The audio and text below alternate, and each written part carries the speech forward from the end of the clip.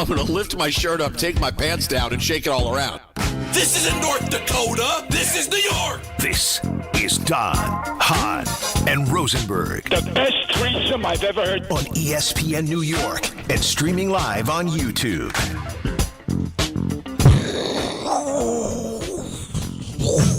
That's the best explosion sound effect I can come up with on my own. You know, we have one. I wanted to try my own to see if it would sound any good, because that's what the Jets just did.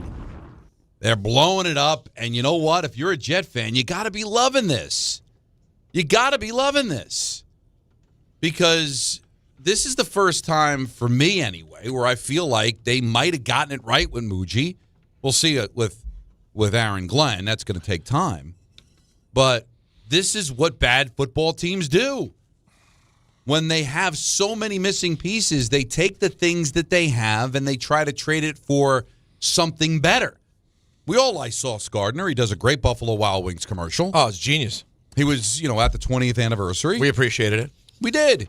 But, having a lockdown corner on a 1-7 football team seems odd.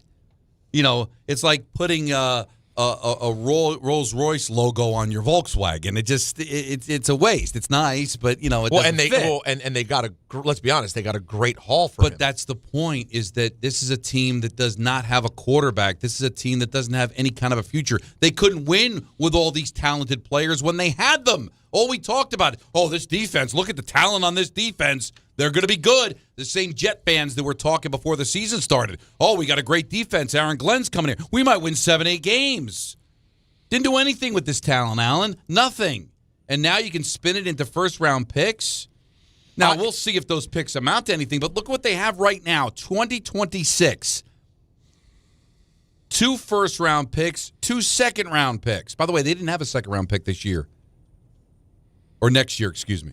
Next year, 2027, 3 first-round picks. Now, the Dallas and Indianapolis picks may not be that high in the draft, but the Jets certainly going to have a high pick in the draft.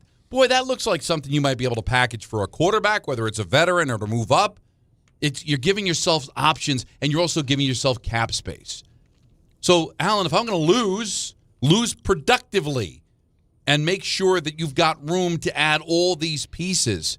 Mougey didn't draft any of these guys. He gave Sauce a contract probably because he was hoping he'd get more in a return. They wouldn't have gotten 2 first-round picks from Indianapolis if he wasn't under contract. So I just heard Michael on the great Michael K show, which you can hear before us every day or watch on YouTube as well. And he was breaking down, essentially saying now the future of this team is on Mougey and Aaron Glenn. Right. And he was saying that with a lot of concern. And my only thing I'll say is this, though. All right, that's what it's going to be. But you have to admit, pretty good start. If you're in terms of feeling good about it, doesn't it make you feel good, the haul they've been able to get thus far? No. Why not? Because this is the easy part. Getting good deals? It's easy to sell. It's what you do next. Right. Like this is, I've told you, draft picks, this is something I've been saying for years. Put it on the bingo card, everybody. It's the currency of hope. Makes you believe again. It makes you feel like you've got something now that can turn into something good. But it still has to do that. We have seen this before. Idzik did this a bunch of years ago. Got some picks. Made some picks. Didn't matter. Didn't hit. So you have to make sure that from here, because you know what else they're getting here is cap space. So they're definitely ripping this team up because, clearly it doesn't win, right? The guys aren't living up to whatever. No. They're not playing at the way they want or what they're expecting for what they're paying. So we got to bring in our guys, which is what new regimes always do. And while that sounds great, and it gives you reason for that 4-letter word hope, right? It's a dangerous thing. You got to stop. You got to start somewhere. I know, but it's a dangerous thing. But what's the alternative, Alan? No, Don. This is what you're supposed to do. Right. But I can't get excited until I see the result of this. And that's all I'm saying is this is the easy part. This is the easy part. What comes in March and April, that's going to be the hard part. That's going to be when you know Did they get it right with Darren Mougey? Look, he's making good deals, clearly. But I got to see what it turns into before I say, wow, this is a seminal moment in Jets history. I'm not mad at you because you've got a lot of scar tissue. Scar tissue. Great word. Great phrase. And it never seems to work out. You know, that's the old trick in sports radio is there's certain teams you're always better going to screw it up. You're probably going to be right. Yeah. But Mougey is not giving you a reason not to believe. But again, he hasn't given you a reason to. He has no track record. But now he's given the opportunity to see what he can do. Right. Because the one thing I just got tired of is all this Jet talent. And it didn't amount to anything because, you know, football, you got to be deep, all right? This isn't basketball where I get a star player, and that star player alone is going to win me a bunch of games. Yeah. You know, football's not that way, all right? And the one thing that you really need to be successful is a quarterback, and they don't have one. And they're probably going to have the second overall pick in the draft, in a draft that may have just one quarterback. But in 2027, there might be better quarterbacks. Or maybe there's a quarterback that can shake loose, the way Jared Goff shook loose in that trade with Matthew Stafford, where it worked out for both teams. Now, I don't know who that is. I don't know if you want to take a shot at Kyler Murray. Can Joe Burrow eventually just say, get me out of Cincinnati, man, because they don't spend any money and I can't win here?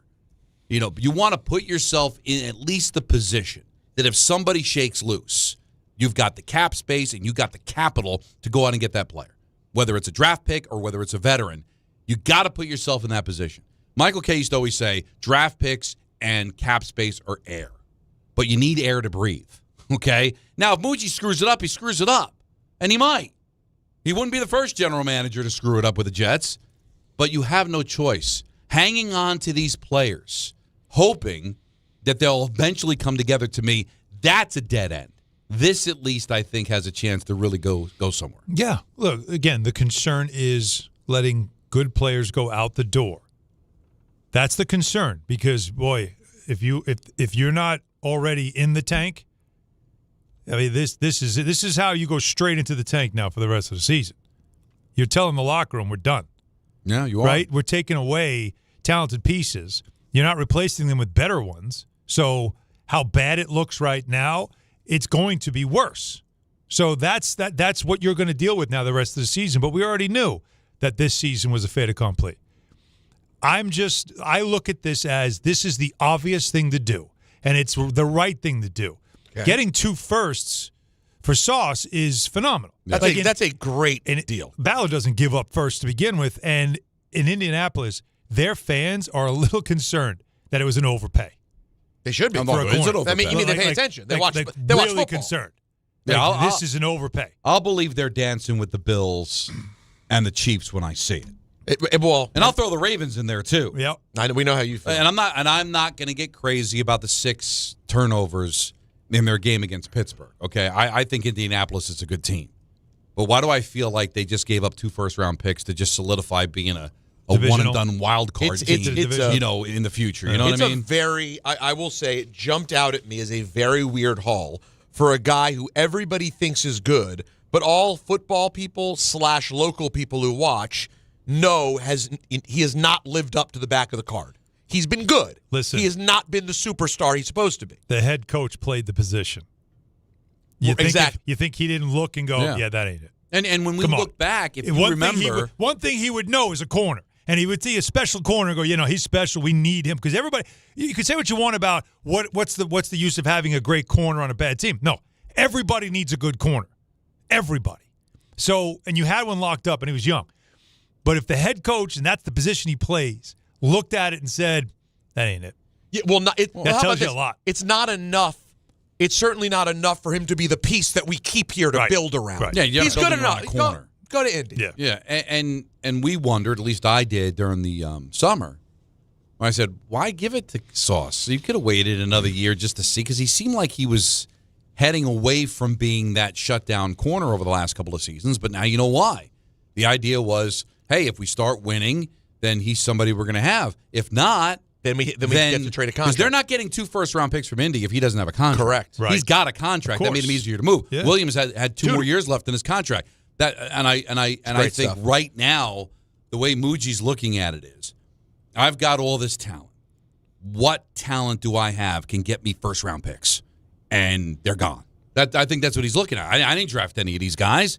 I didn't draft Quinnen Williams. I didn't draft Sauce Gardner. I didn't draft Garrett Wilson. Is that why Breece Hall's still a Jet? Breece Hall's not. He can't get a first for him. Well, I think they know that they're not getting a first, but they're not going to give him away either. If somebody offers him a second or third, I think they would jump on it. Garrett Wilson, the same thing. Hey, if you want to give me a first-round pick, he's gone. But I'm not going to throw him away either because eventually I'm going to need some security blanket for whoever my quarterback is going to be next year or the year after.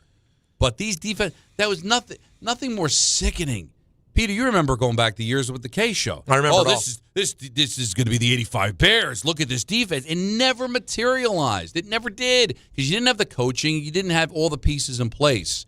And now those pieces are. It's a chance to start over. And if that's what it is. And if Joe Douglas is the GM, then I completely understand your apprehension because you're wondering, is this really the general manager to do it? But Mougey has only lost your confidence because he's the Jet general manager, and history tells you whether it's Idzig, whether it's McCagnon, whether it's Douglas, whoever, they're going to screw it up. But take that out of the equation. He hasn't done anything for you to lose confidence in him, and now he's got a chance to put his fingerprints on this, and we'll see if it works. You got to give him the opportunity to do it. He let the Jets go into a season with a quarterback that really isn't a high-level quarterback, and he didn't put a ton of skill around him. But don't you think, honestly, Alan, no, it's the right thing to do. This was the plan going in. Well, I think it was. Without saying it, this was the plan going in. Let's see what it looks like, and if we don't like, we bail out quick, and they bailed out quick. Right. Which is really, it's by the deadline. So they were giving it to the deadline. What does it look like by the time we get to the deadline? Then we make our business decision and we build it the way we want to build it, right? That's all I'm saying. And yes, but I'm telling you, this is what you're supposed to do. So he's just following along. You know, Joe Douglas had his turn at this, and he had his chance, and he made some picks, some good. Hey, but some were absolute I thought the disasters. Jamal Adams deal was fantastic. Yeah, that's what I mean. Like, he was doing things as well, getting extra picks and all that stuff. Where he screwed up is he got the wrong quarterback. And that's really what isn't that what Darren Mougey's job is now? Because his first choice, that didn't work. We already know that didn't work. So that's what I'm saying. This is what you do. From a business perspective, as a fan, you're excited because it's something, right? You have to. This is the only exciting thing that could have happened. It's like, oh, okay, we're going to have change because you want change. So we're going to get change. Great. But you can't anticipate anything yet. The hard part's still to come. That's why I'm reserving judgment on this. This was just what you're supposed to do as a franchise that is heading nowhere. Jordan Schultz is reporting. Go ahead. That Breece Hall wants to be traded, which I don't doubt. Because why would you want to be on a team that's going to lose the rest of the year? Yeah. But they're not going to cut off the nose despite their face either. Zero. No. Yeah. And well, we'll one see. way you could build a team is using AI. Keep going. You know what I mean? We have tell seen me. coaches already using AI to make coaching decisions. This is a real thing going on in the world. I heard something about a race. Go ahead.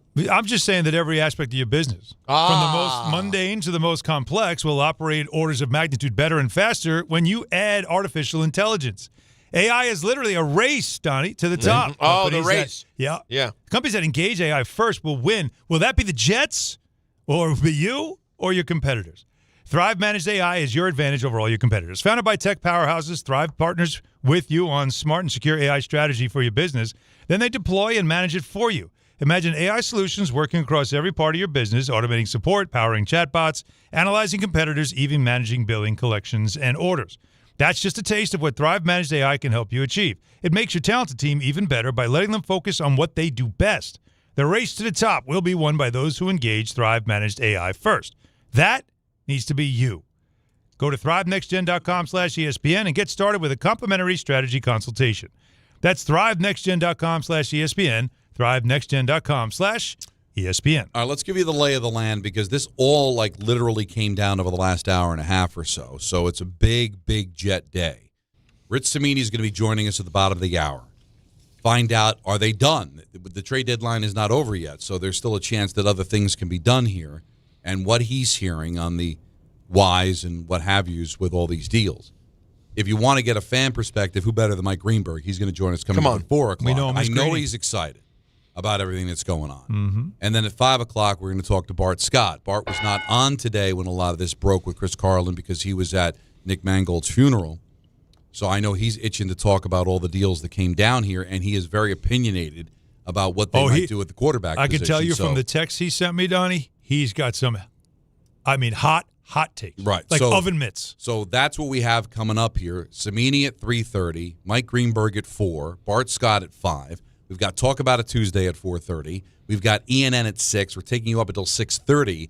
Then it's the Rangers and the Carolina Hurricanes. Sure. So let's get your calls in at 1-800-919-3776 and start this big show off with Donnie in Staten Island. You're on ESPN New York. Donnie. What's up, Donnie? Hey, Don, Hahn, Rosenberg, how are you, gents? What's up? Listen, I'm a little heated in retrospect, just because longtime Jets fan. I'm just like, what are we doing? I get it. I totally get it. You want a fire sale? I get it. You want to build it. But what has this organization, regardless of regime, regardless of picks, and as you know, Don, more than anybody, the draft picks are air, and in the regimes prior to, yes, there's a couple of gems, but what have you given me? Real talk, my daughter is going to be 16 in January. Mm-hmm. When she was in the womb, that was the last time I saw a playoff game. Right. Mm-hmm. I'm dying. Don, I'm dying. I know you're dying. I but don't- but now this might finally be the medicine that gets you back off the mat, because you've had these skill players, Donnie. You've had them, and you haven't won at all. So now you got to get a quarterback. How do you get a quarterback? Cap space and draft picks. How do you rebuild? Cap space and draft picks. That's what you do. And you've had Quinnen Williams, and you've had Sauce Gardner, and you've had Garrett Wilson, you've had Breece Hall. And what has it meant? Nothing. Because you're missing the key ingredients to a championship caliber team. And Mougey gave Sauce and Garrett the contracts, but he didn't draft these guys. So I understand Allen's apprehension. I understand Donnie's apprehension. It always seems to go wrong with the Jets. But are they supposed to just sit back and hope that these players eventually pop, that a quarterback falls out of the sky and helps you win? Or are these the things, Peter, you have to do in order to be able to get your ducks in a row to find the pieces? I don't know what the alternative would be. Yeah, the alternative. I don't understand. Just wait for it and have it happen. I mean, yeah, it's going to take a while. But you know what's going to take a while anyway? It is taking a while. There is no way around But this is only year one of this regime. So I can understand your apprehension if this is still Joe Douglas, if this is still Robert Saleh. You're like, come on, guys. Isn't this sort of the best time for it to happen? I think so. You don't want to be 2 or 3 years into a regime and they've been middling, and now you can't. Upper management has to decide. Now the ownership has to decide if they're blowing it all out to then start over. Well, that's the Giants, right? The first year that they got there with other people's players, they had success. And so you couldn't blow it up. Yeah. So they come back the next year and they're bad, and now it's like, okay, now we have to blow it up. The Giants are in that situation. I'm envious because the Giants have talent too. They got a talented defense. They got some pieces. What does it mean? They're 2-7 for the third consecutive year. Think about that. Third consecutive year, they're 2-7. And they got people like Mel Kiper. Oh, give Dable another shot. We'll get to that in a little bit. Mm-hmm. So believe me, I'm envious today. As a Giant fan, I'm envious of the Jets today. That's saying something. Hector in Queens, you're on ESPN New York. Hey guys, how you doing? Alan, it's been a while, man. Hey, so I mean, I love the trades. I'm not a Jets fan, I'm a Steelers fan, but I love the trades for the Jets.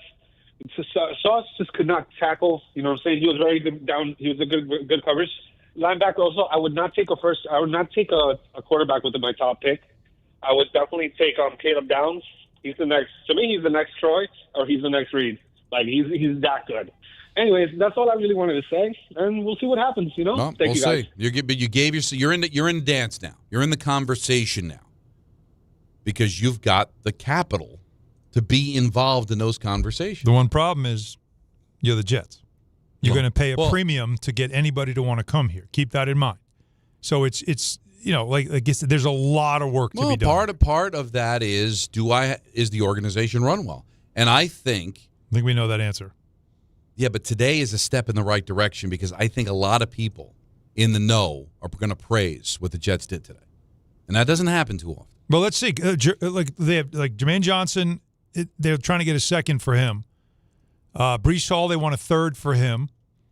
And that's still on the table. Breece Hall, apparently, people are reporting he wants out. He wants out. These are his guys. They might just have to do it for the sake of doing it. Like he wants out. Sauce and Garrett. These are all guys. They all grew up together, and now they're all getting torn apart. And they're all like, you know what? We're the problem. Like, see, that's the thing. Like some of these players are probably looking, going, "Oh yeah, get rid of us because we're the problem." Well, how else are you going to get picks? I understand. You don't pray for them. You don't make a wish, and it's under your pillow. You don't ask the tooth fairy for picks. You got to make hard decisions. Oh, no, Don. You make the right decision, which is to move on because that's someone else's player and you don't see value in him, so just move on. Then you have to get your players. And you got to make the right choice. And you can't take Zach Wilson. You can't sign Justin Fields. You got to do better than that. You got to get, Mike Tannenbaum phrase, your force multiplier. Yeah. You got to bring in somebody that is so freaking good. We talked to a kid yesterday, Peter and I, Matthew Schaefer. Mm-hmm. He's 18. He's already the most important player in the franchise. He already has an aura about him that has the veterans in that locker room, like understanding that what we've got here is special and we got to take care of it. The Jets have got to find that. They haven't had that. I can't even remember the last time they had that. And now they've got multiple options to maybe land that. Because as we've seen in the draft, it doesn't always have to be the first or second overall pick. Man, get me Joe Burrow. What would it take? Give me Joe Burrow. I could see him wanting out of Cincinnati. Can he want out of there? Do the Bengals think? I don't know. Look at how Flacco's playing with this. Like, why are we paying him all this money when we could just get a journeyman to do the same thing? He's putting up 300, 400 yards a game. I don't know if Cincinnati would do it. I don't know if Joe Burrow would do it. But the point is, you could be in the conversation if you got the picks to offer. So you don't know unless you try. And you can't try unless you got the pick. How many's too many? Well, he does get hurt. But he's still a franchise quarterback that actually had the you-know-what to go into Kansas City and win a playoff game. Josh Allen hasn't been able to do that. Has he been to a Super Bowl? Yes. Does he play big in big games? He does seem to, yes. Can he win in Kansas City? Yes. There was a guy that played for the Jets many years ago who got hurt all the time, but when it mattered. Yeah, and then there's another guy. He got him there. With the greatest QB ever who never got hurt, showed up and instantly turned to dust. So I don't know how great I feel about it. It scares you a little twice because Favre and Rodgers. Well, turn to dust is... All right. We'll get to more of your phone calls. Rich Cimini is going to join us next. We'll ask him all of these questions and more coming up. Mike Greenberg at 4. Talk about it Tuesday at 4:30. Bart Scott at 5. ENN at 6. Rangers at 6:30. You're all set. Come on ESPN New York. FanDuel is putting you in control right from NBA tip-off because every day to start the season, you get to choose your reward. Take your shot with a profit boost. Play it cool with a no-sweat bet. Or get a little backup with a bet-back token. Maybe you're the bold one always chasing the big parlay for a big payout. Or maybe you're the careful strategist who plays it smart with a no-sweat bet. However you choose to play, make your pick, get in the game, and play it your way. Head to FanDuel.com/K to make your choice. FanDuel is putting you in control right from NBA tip-off because every day to start the season, you get to choose your reward. Take your shot with a profit boost. Play it cool with a no-sweat bet. Or get a little backup with a bet-back token. Head to FanDuel.com/K to make your choice. 21 plus and physically present in New York. Opt-in required. Rewards are non-withdrawable. Restrictions apply, including bonus and token expiration, leg requirements, and max wager amount. See terms at sportsbook.fanduel.com. For help with a gambling problem, call 1-877-8-HOPE-NY or text HOPE-NY 467-369. The Hess truck's back and it's better than ever. Roaring engines this year. Hess race cars are here. The Hess stock car racers are loaded with lights, sounds, and a powerful racing motor. Only at HessToyTruck.com. Free shipping and batteries included. Hey, it's Alan Hahn. Let me tell you about my friends at Bath Fitter. They remodeled the bath by my pool. They converted a tub into a shower. The result is amazing. Bath Fitter offers all types of custom bath renovations, including their unique PermaFit solution for a watertight fit. It's done in one day, easy to clean, and durable with no demo or mess, and it costs less than a standard replacement. Plus, a lifetime guarantee. Right now, you get no money down, no payments, or interest until 2027. So start designing your bath today at bathfitter.com. There's only one Bath Fitter. YouTube TV customers get the sports you love on ESPN back, including college football, college game day, Monday Night Football, the NBA, college basketball, and more. Act now. Go to keepmynetworks.com to get ESPN back. Score or win this game day with Amazon Pickup, the MVP of package pickup. Need that new football jersey for the big matchup? With Amazon Pickup, you can collect your order from secure Amazon lockers or counters near you on your schedule. Whether you're running from work or home or straight to the tailgate, Amazon Pickup makes it easy and worry-free at no extra cost. Don't miss kickoff. Grab your gear and your packages when it works for you. Find your nearest Amazon Pickup location at amazon.com/pickupmvp. That's amazon.com/pickupmvp. Is college even worth it these days? At Empire State University, it actually is. They are SUNY's leading online university. Flexible, affordable, and built for real life. With more than 120 degree programs, you can study what matters most to you. And students agree. They're ranked #1 in student satisfaction among SUNY schools. Whether you are finishing what you started or starting fresh, your goals are within reach. See for yourself. Visit sunyempire.edu before the next term begins. Mary to the net. Score! The New York Islanders are back in action with a brand new theme night schedule you won't want to miss. Bring your friends out for the holidays and take home a custom holiday replica jersey or arrive early for special bobblehead giveaway nights for Matt Barzell and Bo Horvat. Barzell for Horvat. Score! Explore the full theme night schedule at NewYorkIslanders.com. And now let's take a look at the traffic with Brandy Scott. Thanks so much, guys. Good afternoon. Already pretty messy out there on the roads. Outbound Gowanus, Brooklyn, a crash by 39th, blocking the right lane. Been out there for a while. Tow on the scene. You're jammed on the westbound BQE from the Williamsburg Bridge. Rough ride on the Southern State eastbound in Nassau County. Accident in the left lane by the Meadowbrook. That is you bumper to bumper from Hempstead Avenue. Heading over to the outbound George, definitely your worst ride. Cross Bronx westbound. Not moving much from White Plains Road on through. Inbound George, roadwork on the upper deck. Just about a 5 to 10 minute ride. Outbound Lincoln already about 5 to 10. Outbound Helen 15 to 20. This report is sponsored by the Positive Coaching Alliance. Questions about youth or high school sports? Well, the PCA can help. It's a national nonprofit developing better athletes and better people through youth and high school sports. More info at positivecoach.org. I'm Brandy Scott on 880 ESPN New York. This is the story of the one. As a custodial supervisor at a high school, he knows that during cold and flu season, germs spread fast. It's why he partners with Grainger to stay fully stocked on the products and supplies he needs, from tissues to disinfectants to floor scrubbers. All so that he can help students, staff, and teachers stay healthy and focused. Call 1-800-GRAINGER, click Grainger.com, or just stop by. Grainger, for the ones who get it done. Get in the zone, AutoZone. Charlie's battery is struggling to start. Not ideal before the tailgate, so he goes to AutoZone.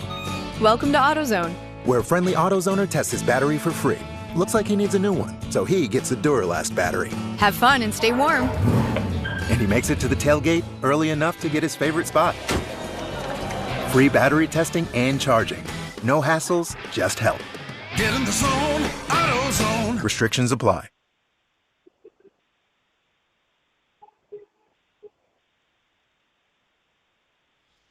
YouTube TV customers, get the sports you love on ESPN back, including college football, college game day, Monday Night Football, NBA, college basketball, and more. Act now.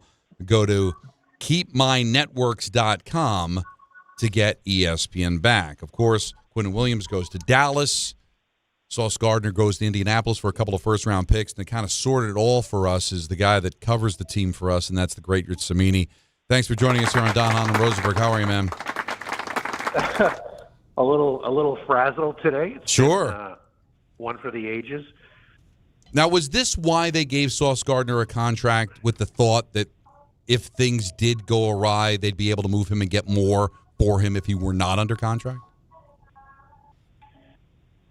That's a really interesting question. I think the way they structured that contract was with not so much upfront money, with a lot of rolling guarantees in the subsequent years, which would allow them the flexibility to trade Gardner if they wanted to. Now, I don't think they signed him in June thinking, oh, we might trade this guy a few months later. But the way they structured it gave them that flexibility. And I noticed that at the time of the deal, I'm like, this is interesting. It's like he's really not kicking in these guarantees until the second and third year. And by the way, Garrett Wilson has pretty much the same contract, although they're not going to trade Garrett Wilson. But I think what I was absolutely stunned by it, guys. The Gardner one, floored me. Quinnen, you've been hearing rumblings. That rumbling had been out there for a couple of weeks that something might happen. I actually thought Quinnen would happen in the offseason, but the Gardner one absolutely floored me. Did not see that one coming. And you know what? I spoke to his brother, Alante, who represents him as well, and he was floored. He did not know anything about it until about 12:15 when he got a call from the Jets cap guy telling him that he was traded. Pretty incredible. Now, what else could still happen here before the deadline's over? I know there's been a lot of rumors about Breece Hall and Jermaine Johnson. I think the Jets are going to be done right now. So, I mean, look, I didn't expect the Gardner thing to happen, so who the heck knows? But I know there's been rumors about Jermaine Johnson and Hall and, Quincy Williams. But I think if I had to bet, I'd say they're probably done for the day. And, look what they did today. This is going to be remembered as, possibly a transformational day in Jet history. I mean, I can't ever remember them making two trades of this magnitude in the same day and bringing back what they got back. Now they have 2 first-rounders this year, also two twos, and then next year in 27, 3 first-rounders. So it's a total rebuild now, obviously. Now, I know you got a lot to do here. You only had a couple of seconds, so we do appreciate the time. But just one more before we let you go. You said you don't think Garrett Wilson's going to be done, and no other deals are going to happen. Is that because they just don't think they can get the picks they want, or they want to hold on to these players? Well, I think they want to hold on to Garrett Wilson. Jermaine Johnson, I do think there have been a lot of conversations going on, and I do think if they got a second-round pick as an offer, I think they might move him too. And it's weird because they told him a couple of weeks ago that they weren't going to move him, but teams kept calling. San Francisco needs edge rushers. Robert Saleh just lost, his rookie edge rusher against the Giants over the weekend. They need edge players. They need a lot of help on defense because of their injury situation. Like Quincy Williams, I thought he'd be the guy who gets traded today. But so I would never say never that they wouldn't trade another player today, but it just, as of about 10 minutes ago, the sense I got that was that they would have to be really blown away by an offer for one of those players. All right, Rich, man, good job, and enjoy the rest of your day. And if another blockbuster happens, maybe we'll have you back on. Yep, you never know. All right, thanks a lot. Rich Cimini covers the Jets for us. And maybe it just came down to, guys, is like, wow, look what Indianapolis is offering us, man. We can't say no to this. Yeah. I still think it's crazy the Colts did that because I don't think, like, the 49ers just lost an edge pass rusher. If they offer a first-round pick, then maybe you got to make the deal. Well, but no, I don't think they would. They're looking for a second. Yeah. If they get a second from the Niners, they'll probably do it. And they're probably, and teams are probably hesitant to give up a second now for him. But, again, like you said, we've seen this in every sport. When you get down to the last minute to the trade deadline, there are teams that reach that moment of truth of, all right, are we going to do this or not? And then they do it. And if you're the Jets, you're going, well, we got to do it because that's the asking price. Let's do it. So there's still a chance to me on Johnson. It is interesting that he said they do not want to trade Garrett Wilson. So out of the whole group, this was Joe Douglas's. These were his kids. Out of the whole group, the one guy that they believe in the most is Garrett Wilson. And it is interesting because Garrett, good as he is, Garrett, it hasn't been going the right direction with Garrett either. Not all his fault. Obviously, the offense been bad in a lot of ways. There's nobody to throw to him. No, it never has. The guy's had 1,000-yard seasons with some of the worst passing possible. And I guess I'm glad to see them stick with him. And yeah, you do want to make whoever the quarterback is going to be, if it's a veteran, if you draft a quarterback, to just sell on the idea you got a world-class wide receiver to throw the football to. There you go. And that's probably why. And they need to find another one. At the end of the day, it's not worth it. But, when you take a look at the NFC, like the AFC, this is why I think Indianapolis is nuts. Because at the end of the day, you still got to get through Kansas City. Mm-hmm. I still think you're still going to have to get through Buffalo. I still think Baltimore's going to be heard from. But even if not, you saw Buffalo, Kansas City, 425 on Sunday. Those are the two best teams in the AFC, right? Who's the best in the NFC? Like, if I'm the 49ers and I just lost somebody, why can't it be me? I mean, Philadelphia, I guess, right now is the favorite because they're defending Super Bowl champions. But, the Lions just, got, manhandled by Minnesota. Like, no offense, Washington just lost their quarterback. Like, it's done. The NFC is so wide open. If I'm San Francisco, I'm not giving up a second-round pick for Johnson. No. That's why I still think that could happen. And by the way, as Rich pointed out, the defensive coordinator knows Jermaine Johnson as well as anybody. He coached him. Robert Saleh. Think about that. Saleh's probably going nuts right now. So he might be saying, like, no, this guy's because remember, Saleh used to rave about Jermaine Johnson, and he really started to jump off the page in the last 2 years. So who's to say that he's not banging on the door and saying, no, we need to do this. Second round pick, be damned. This guy could be a difference maker for us. Yeah, so there's a lot that can still happen over the next half hour or so. Yeah. All right, so we got the update there. We'll hear from Greeny coming up at 4 o'clock, Bart Scott at 5. But we really want to hear from you. A lot of Jet fans taken aback by this. So let's hear from you. 1-800-919-3776. Dave's in the car. You're on ESPN New York. What's up, Dave? What's up, guys? Here's my thought on this. I understand there's the business aspect of it, and the fans have to suffer through that. But the biggest thing that's troubling me with these deals is that the brain trust of the Jets organization. If you told me the Jets had 5 number 1 picks right now, I still wouldn't be excited. Right. Not because the draft may not be so strong. It's because of the historical, situational, methodical, or inferiority or inability for them to not just draft a player. The Steelers draft players and grow them. Then, Dave, you got to give up, man. The Jets have not. Then give up because they just brought in a new general manager. What are you going to do? Eventually, you hope you get the right people to make it right. But if you're telling me the Jets are never going to get it right, why do you root for them? Give up. Okay, so here's the thing. They're giving up such high-quality players. But for what? You've had them. You've done nothing with them. I'm talking about you're talking about the defensive lineman that they just let go to the Cowboys?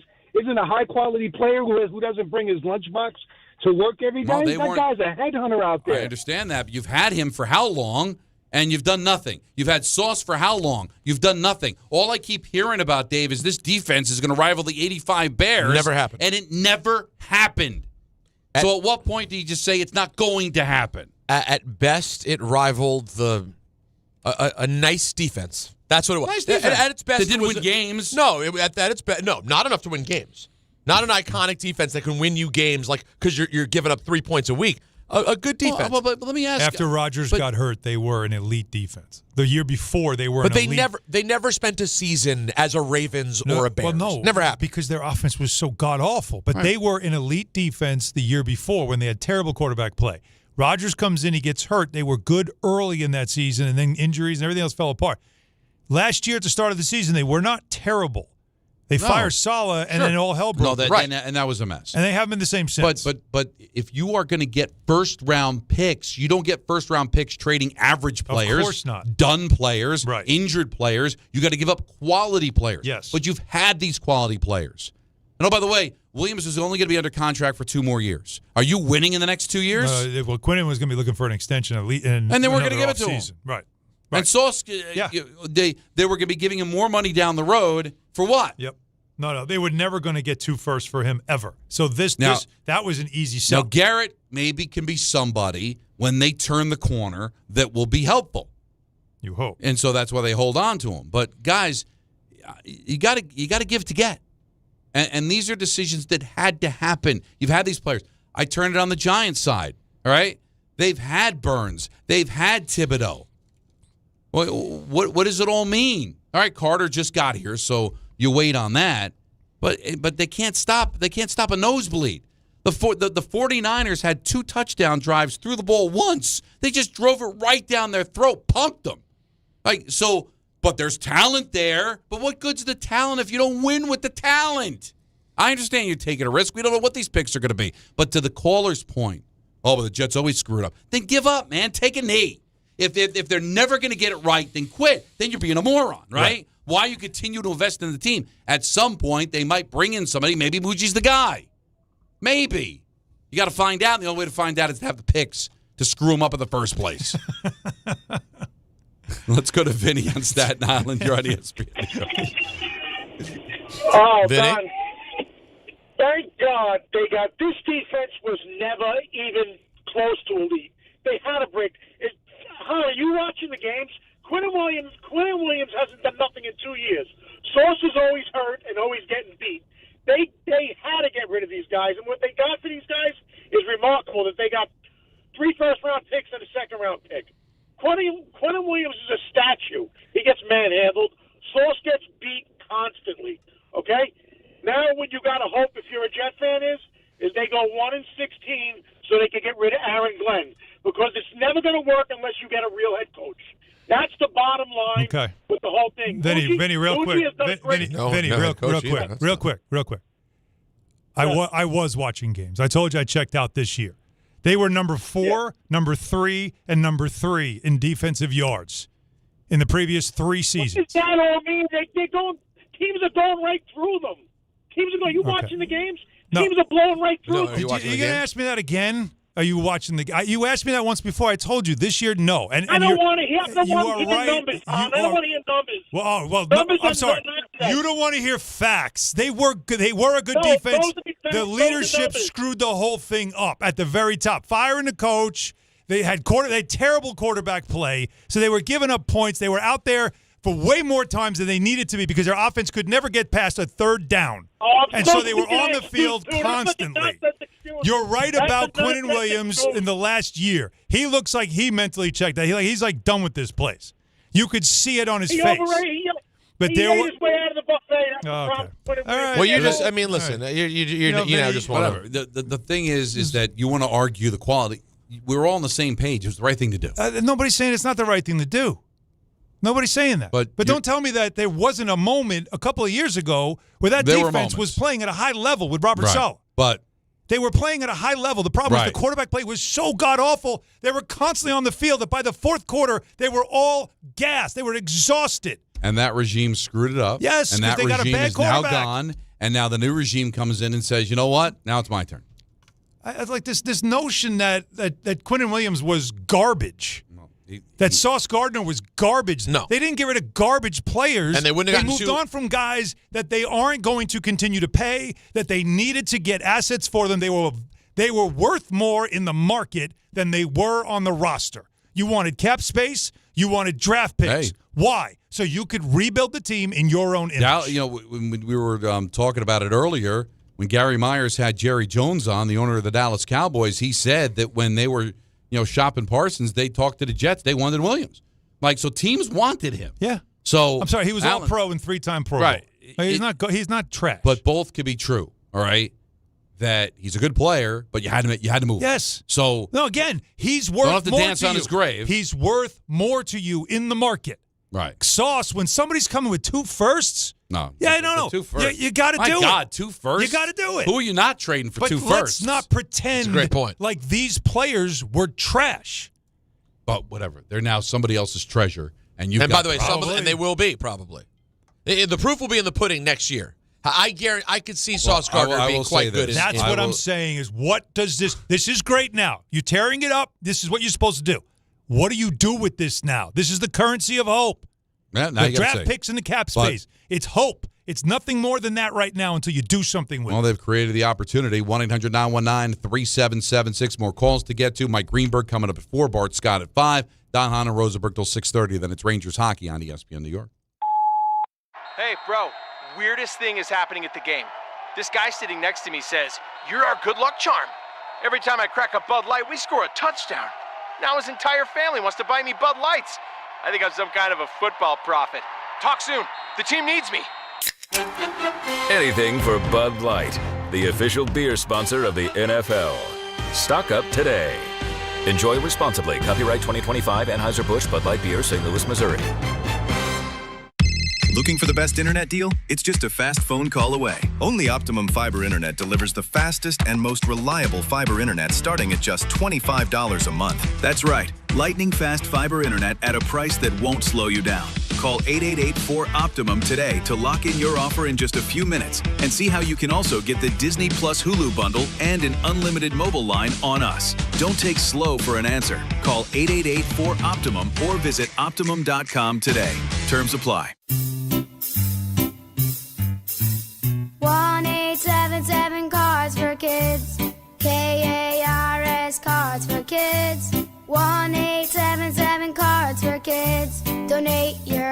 car today.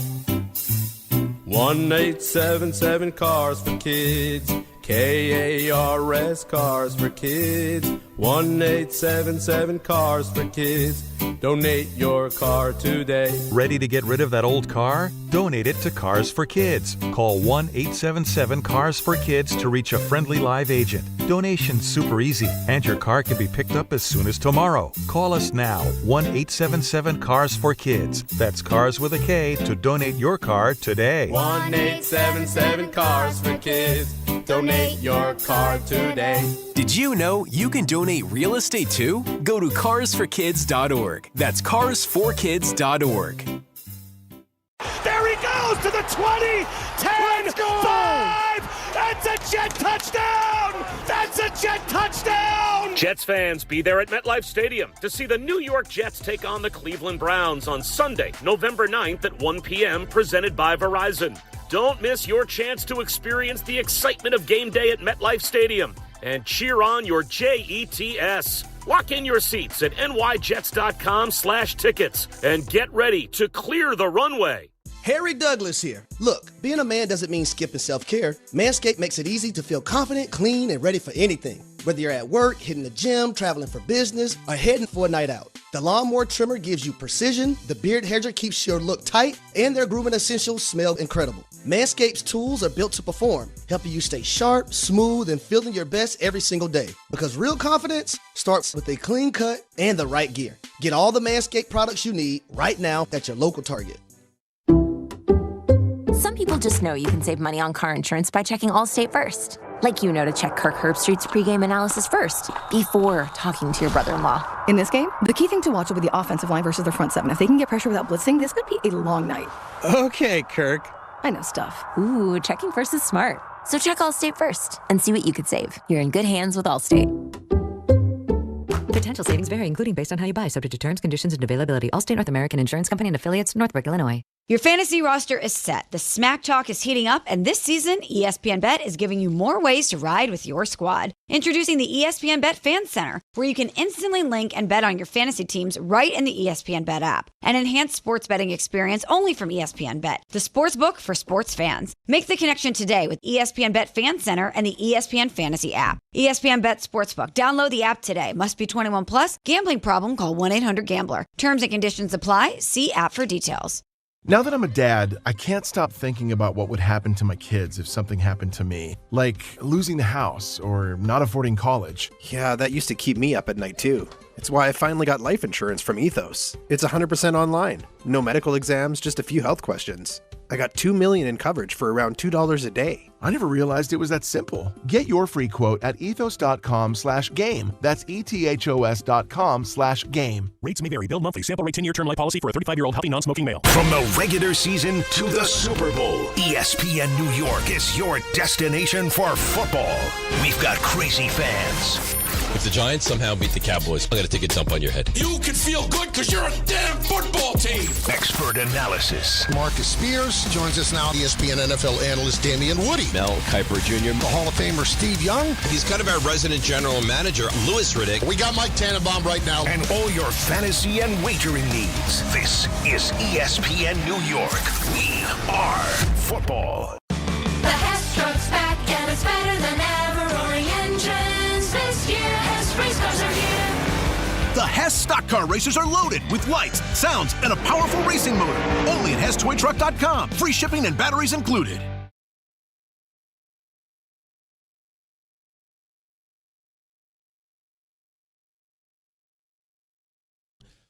Game Time is brought to you by Tullamore Dew Irish Whiskey, because when it's game time, fellas. All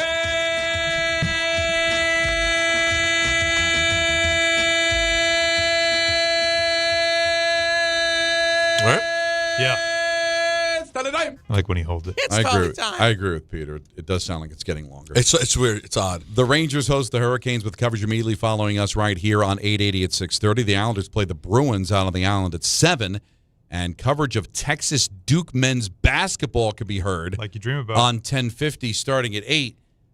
Tullamore Dew, the original triple distilled, triple blended, and triple cast matured Irish whiskey. Be sure to grab a Tullamore Dew or try the new Tullamore Dew Honey during today's action. Glasses up to enjoying Tullamore Dew responsibly. I got to be honest with you. I got caught like surprised about college basketball. Like that it started. I know. So it's insane. We stayed over in Anaheim after the game on Sunday and then flew home yesterday. That's why I took the day off. Mm-hmm. So when we landed about, 6:40 in Newark, then we took the bus to the arena, and that's where my car was. Just as all the Seton Hall fans were going in to the Rock. So I had to kind of exit the parking structure as all the fans were going back in. I'm like, Seton Hall basketball already? I'm like, yeah. St. John's we're played, right? November. St. John's played. St. John's just played. I think Rutgers has a game tonight. QPAC, you know how I feel. Oh, that's QPAC's right. playing. That was big. QPAC and Quinnipiac. Syracuse? Yeah, we shortened it to QPAC. We decided to call him QPAC. Yeah. I could see that. Oh, I mean, QPAC St. John's. In St. John's. Yeah. I was locked in yesterday. You kidding me? I listened on the app. How did Carmelo's son do? How did Cayenne do? Did he have a good 15 off the bench? I Wow. like it. Good That's for not him. bad. There Not you bad go. for a Atta boy. debut in college basketball. Really? Oh, isn't there something with St. John's and us brewing? Did I not read? When Yeah, I no, was it's on on. the road? The game was on. I believe our we app. have the broadcast. Yeah, I thought that's a like thing. you dream about. It's a thing. You throw the record books out. I'm sorry, they're only the number 5 team in the country. I'm just saying that we should make a big deal out of that. I should. Stumbled upon it. I mean, listen, I am the longest tenured member of ESPN. I should have gotten a heads up. I shouldn't find out from Andrew Marchand. Nobody let me know. That's a bad No look. one ran that by you? No. When you say run it by, I'm not approving Donnie, it. I'm just saying, hey, Don, told you. good Donnie, news. Donnie, is it okay? We're going to have St. No, John's on. Is I'm that not, all right? I'm not asking if it's okay. Of course it's okay. That's what it sounds like.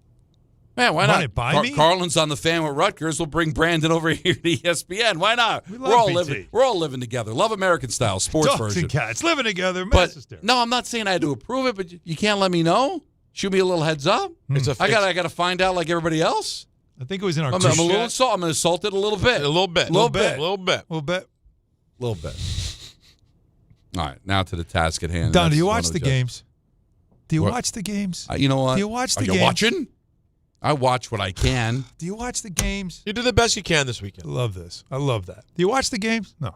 I don't know. I'm going to be able to tell my grandkids that I got to watch parts of Game 7 on the Jumbotron at Crypto.com Arena while calling a Devils Kings game. That's kind of a strange way to consume Game 7. You'll never forget that. Oh, well, we'll talk about that a little bit later on. Yeah, But, you need to get to that. but David and Elizabeth's angry. Uh-oh. David, what's the matter? What can we do for you?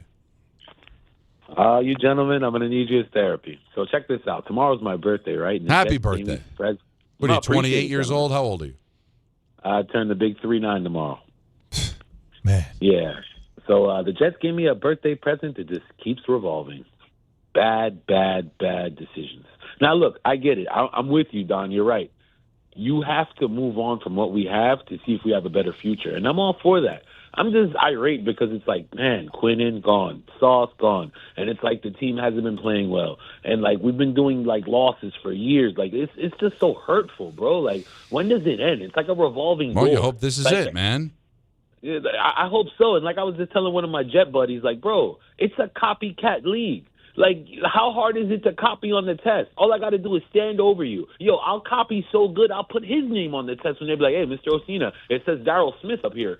That's how good that you can copy off people. Why can't you get it right? It's hurtful, gentlemen. I hope they get it right. Listen, David, you're only 39 years old. I'm 57. Alan's, 54. Peter's even been on this earth longer than you. And we saw a lot of teams all of a sudden get it right. They were wearing bags on their heads all those years in New Orleans, and eventually they got it right. Patriots eventually got it right. You know, remember there was a time like Golden State Warriors. Where is Golden State? What does that even mean, Golden State? And now they're perennial winner. Eventually, you get it right. I will admit, Jet fans have waited much longer than a lot of other franchises. But maybe this is the day they get it right. But if you're just going to be like, they always get it wrong, then I'll ask again, why do you even bother anymore? If you know it's going to go bad, then why are you self-mutilating yourself, right? Why do you continue to put the cigarette out in your palm every football season? Pull the plug, dude. It's over. Well, if you got to believe in something. But if you're a pessimist, it sets you up to prepare for the inevitable failure. Like that's the life you of enjoy a Jets. it, 'cause you're in love with your own sadness. It's the love. It's the life of a Jets fan. That's all it is. It's because you're preparing yourself for what you know is the inevitable failure. You know It's what's coming. weird? The Brothers McMullen. That's not a bad That's the movie. line from the movie. You know what's weird too, by the way? I hit this moment. I have to book my San Diego plans for Survivor Series weekend, which is weekend after Thanksgiving. Mm-hmm. And for the last, forever, I always think about, well, what time are the Commanders playing? And is it crazy that with Jaden out for the year and Mino, I'm like, I don't care when they play. I'll follow. But during their worst era, I was still I was even more locked in. Whereas now I kind of believe in them again, so I'm like, I don't need to watch crap games that don't matter. I'll follow along with. I'm not going to change my. Well, guess what? They're back on Sunday Night Football. Doesn't matter. I'll be forced to watch it. But either way, I wasn't going to not take a good flight. Can we go to Thursday yet? Because that's what's Thursday? Because that guy. Oh, that guy Thursday. Because you're at a point now where you should be watching, even without him. Because now you need to watch the whole team, everybody. But they're bad. They did not do things right this offseason. I understand. And they're paying the price for it. This is why. Because now you got the guy. You got the guy. He's still believe it. I believe he'll be back in fine. Okay. So when you have that piece, you should be even more critical of your team. It's different now. Because now you have a reason to believe. Now you start looking at Dan Quinn going, are you really hit? Well, his seat. Right? You ever seen a seat get warmer overnight? Well, but this is what makes it different. You shouldn't be backing off. No. You should be turning it up. I should be stepping up. And by the way, and for the record, the last time I turned off a game, our quarterback got smoked on the field, so now I can never turn a game off again. That was my first time in years. Don't you dare! Since we've doing all this therapy for Jets, does BetterHelp have like a Jet font? Like just like JetterHelp for Jet fans. A JetterHelp. A JetterHelp. A JetterHelp. Oh, I love Is there a this idea. JetterHelp? Like it's just something. Just recommend that because you've got an in. That's a great point. For Jet fans, just to go directly to talk to like somebody like me. Kind of just talk them off the ledge or something. You know? Well, you know would you talk them off the ledge? Since we're talking about all this, can I please talk to you guys about BetterHelp? Because this November, BetterHelp or JetterHelp, depending on if I can make it happen or not, great idea. Is encouraging everyone to reach out. You can check in on friends, reconnect with loved ones, whatever you need to make sure you're doing all right, and so is everybody else. Now, for me, when it comes to therapy, you know how I feel about it. It is so useful in so many ways. And BetterHelp therapists work with a strict code of conduct. They're officially licensed in the U.S., and they do a great job matching you up with the therapist you need to reach your goals. They have an industry-leading match fulfillment rate, which means they line you up with the right people. And if you're not happy with their match, they switch you to different therapists at any time from their tailored recommendations. Now, with over 30,000 therapists, BetterHelp is one of the world's largest online therapy platforms, having served 5 million people globally, and it works, all right? An average rating of 4.9 out of 5. You know what I'm trying to tell you. They do a great job. So this month, don't wait to reach out. Whether you're checking in on a friend or reaching out to a therapist yourself, BetterHelp makes it easier to take that first step. Our listeners also get 10% off their first month. Call pound 250, say the keyword timeout. That's keyword timeout after calling pound 250. And you guys realize I have an earpiece in, which means my left ear is completely open. So when I was doing the commercial and you guys turn your mics off and you're whispering to each other, no one can hear it. But I'm doing the commercial while just hearing. Like you're a professional. There was something. No, this is show schedule stuff. No, I know. We weren't but talking you about go, what's going on? What's? Well, we'll tell you. And I need help. We'll tell you during the break. All right. But but you're a professional. You just you saw it. No, you fought through. There wasn't a hiccup. No, there wasn't not one. Nope. And there'll be no hiccups coming up next because the great Mike Greenberg will be joining us here on Hahn and Rosenberg, ESPN New York. Serving contractors, builders, and homeowners in the tri-state area since 1987, Brooklyn Window & Door is New York City's largest stocking dealer of quality Andersen window and doors. The professionals at Brooklyn Window & Door will help solve any of your window replacement needs or applications. Visit Brooklyn Window & Door's award-winning showroom to see the complete Andersen product line, including the 400, 100, A&E series. Andersen, built, backed, and serviced like no other window. Visit Brooklyn Window & Door at 185 30th Street in Brooklyn or call 718-WINDOWS. Make cancer screening a part of your annual healthcare routine. New York Presbyterian offers a full range of cancer screenings, including lung, cervical, prostate, colorectal, breast, and more. Regular cancer screenings could save your life by detecting cancer at its earliest, most treatable stages. Screenings are available across New York City and Westchester. Learn more at nyp.org/cancer screening. Stay amazing. New York Presbyterian.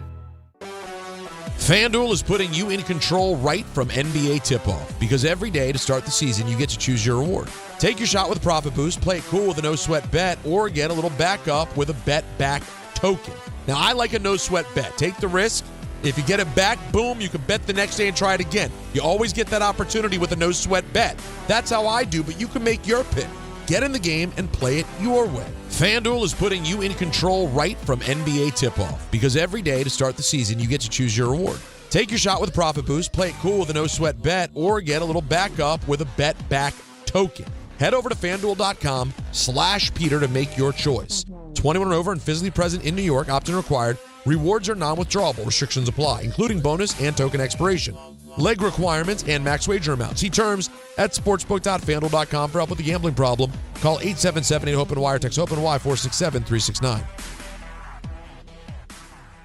Caffeine doesn't have to be bitter or boring anymore. 5-Hour Energy shots are bringing the flavor and the energy. One of my personal favorites, Strawberry Banana, is giving smoothie vibes in a compact caffeinated shot. Whether you like your energy sour, fruity, or tropical, with 17 flavors, there's something for you. And yeah, it's got as much caffeine as a 12-ounce coffee, but zero sugar and no crash. Big flavor, tiny bottle, tasty caffeine done right. You can grab yours in-store or hit up 5hourenergy.com or order on Amazon today. You're standing inside a secret prison. It houses the Nazi high command. I'm going to put Herman Goering on trial. Sony Pictures Classics presents Nuremberg, starring Academy Award winner Russell Crowe, Academy Award winner Rami Malek, and Academy Award nominee Michael Shannon. Do you plead guilty or not guilty? Nichts schuldig. Order! Order! Nuremberg opens only in theaters everywhere November 7th. Hey, this is Mika Zibanejad. Hey, this is Adam Fox. Catch every Rangers game right here on 880 ESPN. WHSQ and WCBS-FM HD2, New York.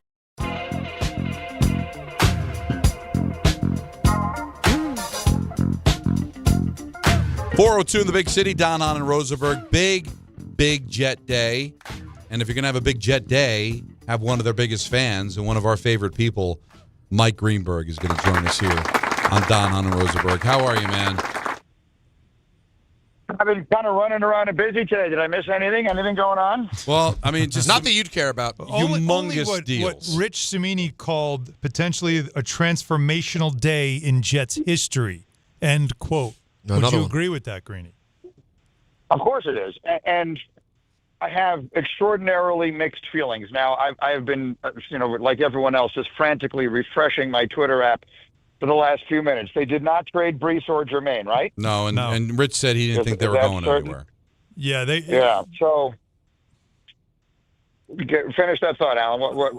I'm curious to hear, because I that seems to be the last, or those seem to be the last pieces that could potentially have gone here. Yeah, it was that they were looking for a second for Jermaine, and that the 49ers might have been a team that would have done it, obviously with Saleh there as the DC. And with Brees, they were looking for a third, so it didn't look like anybody was willing to pay that price. Yeah, they'll get a compensatory pick of some kind for Brees Hall if he leaves this offseason. Probably not as good as what they would have got now if they wind up signing any free agent. So here are my thoughts, and I've just been sitting here like everybody else watching what everyone is saying, and I have mixed feelings. The positive ones are basically stem from the fact that at 1-7, this is the right thing to do. What's the point of having a $100 million cornerback on a terrible team? What's the point of having Quinnen Williams in his 7th season on a team that isn't looking like it's going to do any significant winning anytime in the near future? And I think what they got for both of those players is more than I expected. I had heard people speculating maybe they would get a 2 for Quinnen Williams. They got a 1. Maybe they would get a 1 for Sauce Gardner. They got 2 1s plus A.D. Mitchell, who I must say I loved coming out in the draft. Now, obviously, he has not done a lot in Indianapolis, but he was a very, very good college player, and I think has some potential. Either way, I think they did well with the trades that they made. So those are the positive feelings to have today. I think the negative feelings to have today are this was a team that just did this not long ago, and I believe and will always believe, put together a very talented young roster, a young core of players that should have accomplished so much more. And it is one of the great indictments on leadership that I have ever seen, that they are forced to break this group up before it has before it is able to accomplish anything. When you look at the draft they had a couple of years ago, and you throw in Quinnen Williams and you throw in a few others. I mean, this is a team that Aaron Rodgers, say what you will about him, identified, handpicked as the place he thought was a quarterback away from winning a championship. And frankly, many of us, myself included, didn't think he was crazy for thinking that. These were very talented players, so much young talent on this team that has just been completely wasted. And so now just sort of reshuffled again, and we'll sit here and we'll wait and we'll see if they make good picks and what they're doing in 2027. I have absolutely no confidence that they have the right coach in place to guide and mold whatever this team becomes in the next 2 years.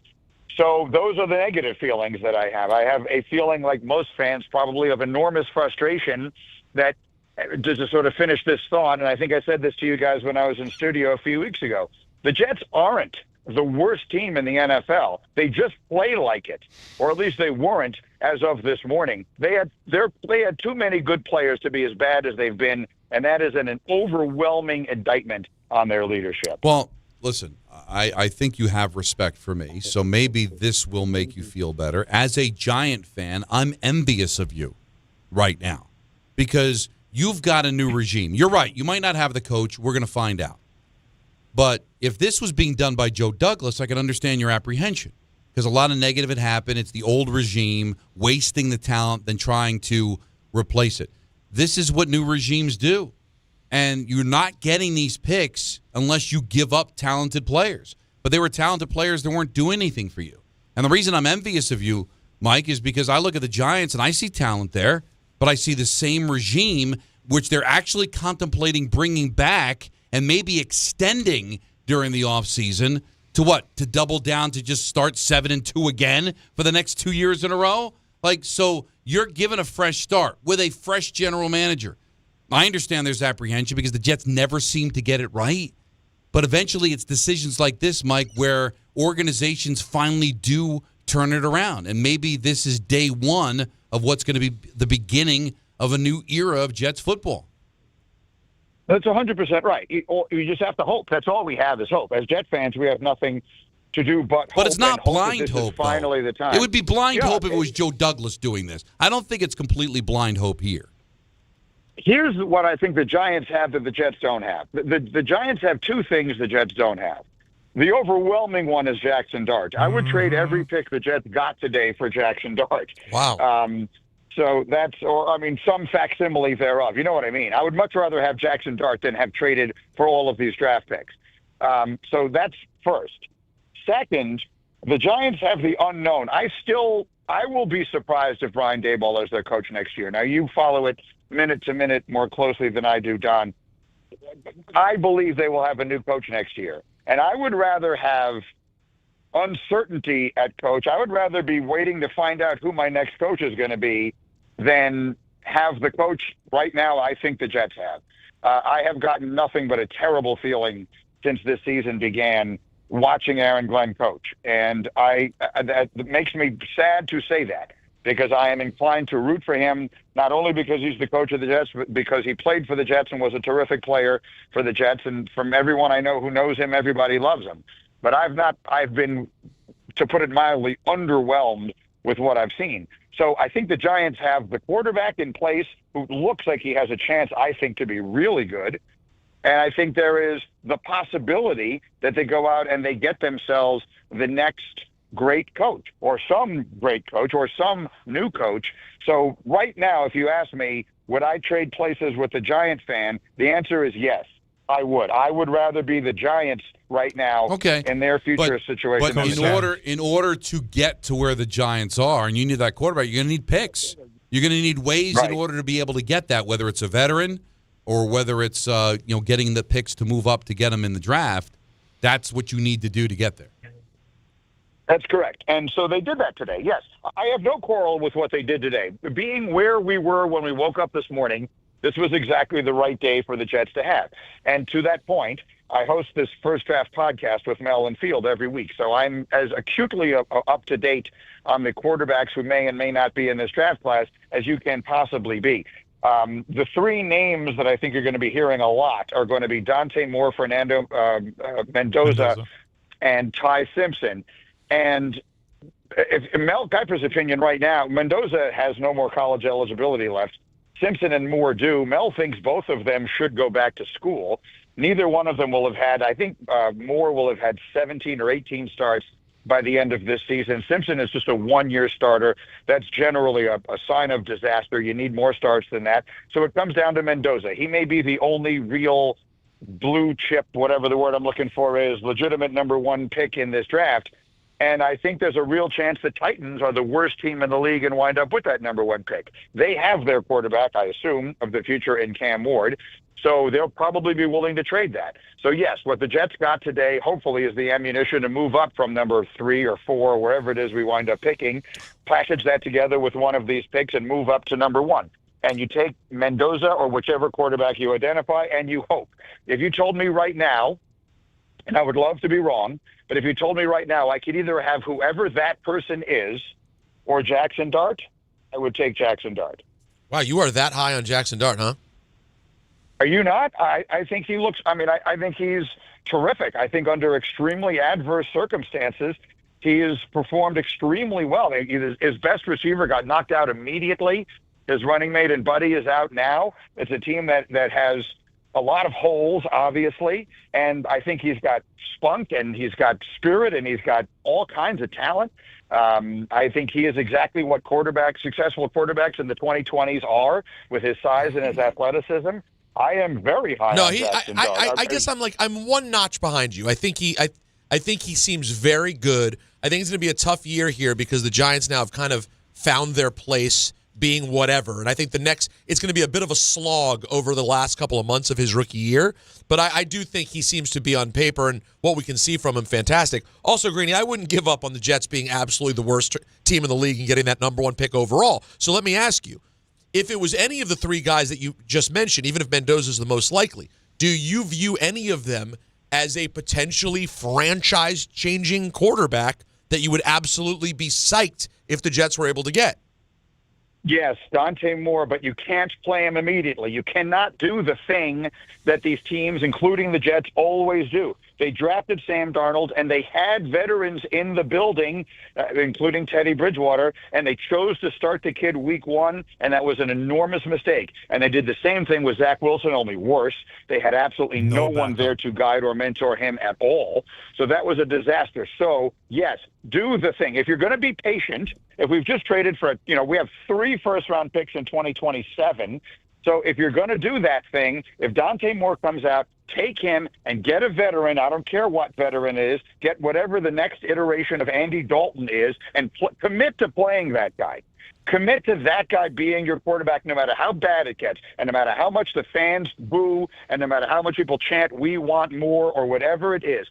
That kid is 20 years old right now. You bring him to New York and you stick him out there, you are absolutely going to do to him what you did to Darnold and what you did to Wilson and what has happened to all of these guys. So if you're asking me what I would like, Dante Moore has got all of the tools that you could ever possibly want. But he's a 20-year-old kid. Under no circumstances should he be the starting quarterback for the New York Jets or any NFL team week 1 next season. So that would be what I would like. I would like to see, if Moore comes out, I would like to see the Jets draft him and then bring in whatever veteran you want to be the bridge quarterback and commit to sticking with that no matter what happens. Well, I got 2 things for you. First one is, it's obviously Joe Flacco. That would be like, that's a 1-year kind of guy. Look at the way he's playing. By the way, it's Allen's dream. He's still got it. But the second thing is that your whole mentality, this is your motto, is less is more. You draft him and you say, you don't want to see him. The less you see him, the better. Dante Moore, less is more. But I also want to dream, Greeny, because I look at draft picks and cap space, and they have, by the way, they're at $117 million in cap space after these moves. I am looking at this and saying, this is the currency of hope. This is what you hope now. You have things that can buy you a dream. But I want to dream big. Like, instead of drafting a quarterback in drafts that don't seem to have the next franchise changer, can you find somebody like other teams have gone, like Baker Mayfield, what he's turned into in Tampa, what the Jets did have, what he's turned into in Seattle, what we saw in Minnesota.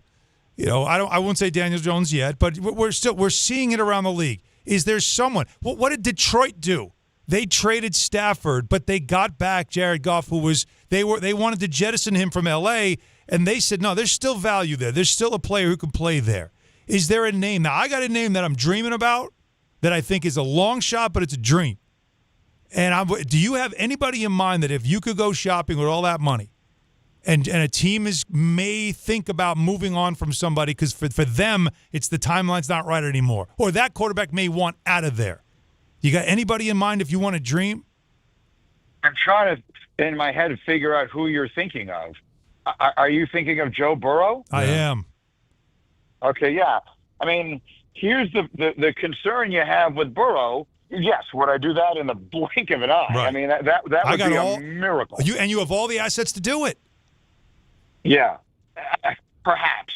I mean, look, Joe Burrow has had 3 really bad injuries. Yep. In his career. He has been very poorly protected. Frankly, right now, the Jets would be the best offensive line he's ever played behind.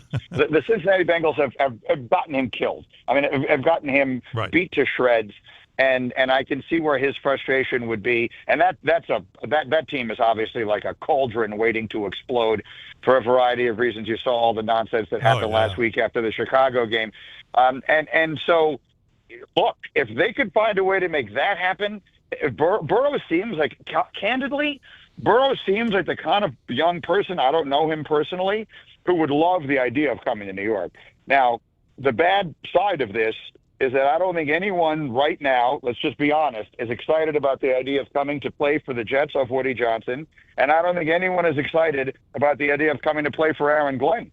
And that goes back to what I was saying before to Don about the Giants. If the Jets were to hire, just throwing names out there now, even Cliff Kingsbury or, Clint Kubiak, who is the next one in the line of all of these, the Sean McVay, coaches. Yeah. Yeah. If the Jets had one of those guys, if they had some offensive mastermind that everybody had high regard for, I mean, that's who Zach Taylor is. He was from the McVay group. Then I could see Burrow being interested. But in all honesty, Alan, I mean, look, I love you and I love him, and I would love to see it happen. But if you're Joe Burrow, why the actual heck would you say, yeah, I think I'll go to the Jets next year? Yeah. Like, that does not strike me as it would make any sense at all. You know, it's funny. I'm trying to convince these guys of that. When we talk about the Jets and the hope and all that stuff, I keep saying that you guys are missing the point. Is like, this is not a destination like most other teams would be. And when you bring up Aaron Glenn, it makes me think that New England went through this with Gerard Mayo, right? There was a guy who was there. He played for them. It was his first opportunity to coach, and he was clearly over his head. And they got out of it quick, but they had another guy who had blood in the ground, which is Mike Vrabel, who was a perfect fit. And I mean, it's working out famously now up there in New England, as if they ever get it right all the time. And I'm looking around and say, well, who would be that guy for the Jets when it comes to coaching? They need to bring in, I don't know if Woody Johnson would ever do it, bring in somebody with actually a resume who's coached before. He always wants to try to find the next coordinator who's going to be, the next hot guy that turns into the coach, when the problem is it's also because you probably don't want to pay him a lot of money. But go out and get the Pete Carroll. Go out and get somebody with a resume who at least can get you back on track, the Tom Thibodeau of the NFL. Like, that's what I'm saying. I don't know if he'll ever do it. I completely agree with you. I don't know why anyone would disagree with you. Look, Woody Johnson, we just have to be honest here, right? We just have to say what the truth of it is. The Woody Johnson's where the problems begin. Thank you. There's no other way to say it. There's no point in trying to pretend it is otherwise. Now, there are other bad owners, and every once in a while, bad owners wind up making good hires, and it still can't work out. So Woody Johnson's presence doesn't mean the Jets have no chance, but it does mean you are starting from a position of weakness. You are not starting you're in a franchise that right now, the Jets' reputation, there is not a young player in the National Football League who is old enough to remember the last time the Jets played in a playoff game. And the last time the Jets played in a playoff game, my son was 9. He just graduated from college.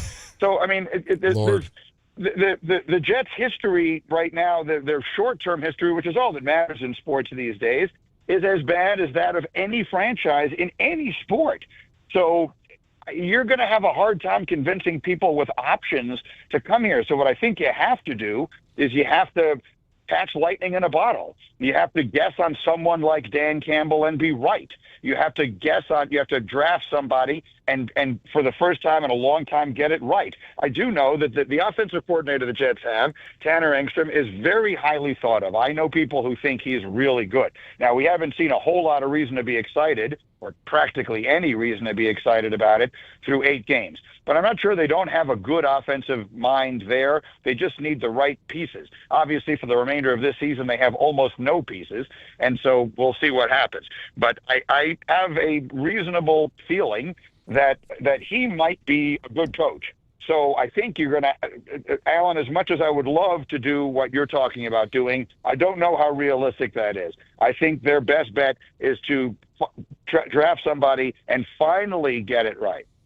All right, one last one for me. Diana Rossini just tweeted out, AFC East teams reached out to the Jets about potential deals, but New York was reluctant to trade with division rivals, sources say. So would you be okay that maybe you could have gotten a second-round pick with Johnson but didn't want to make the Patriots or the Bills better? Are you cool with maybe leaving something on the table? I'm not cool with that. I am not at all cool with that.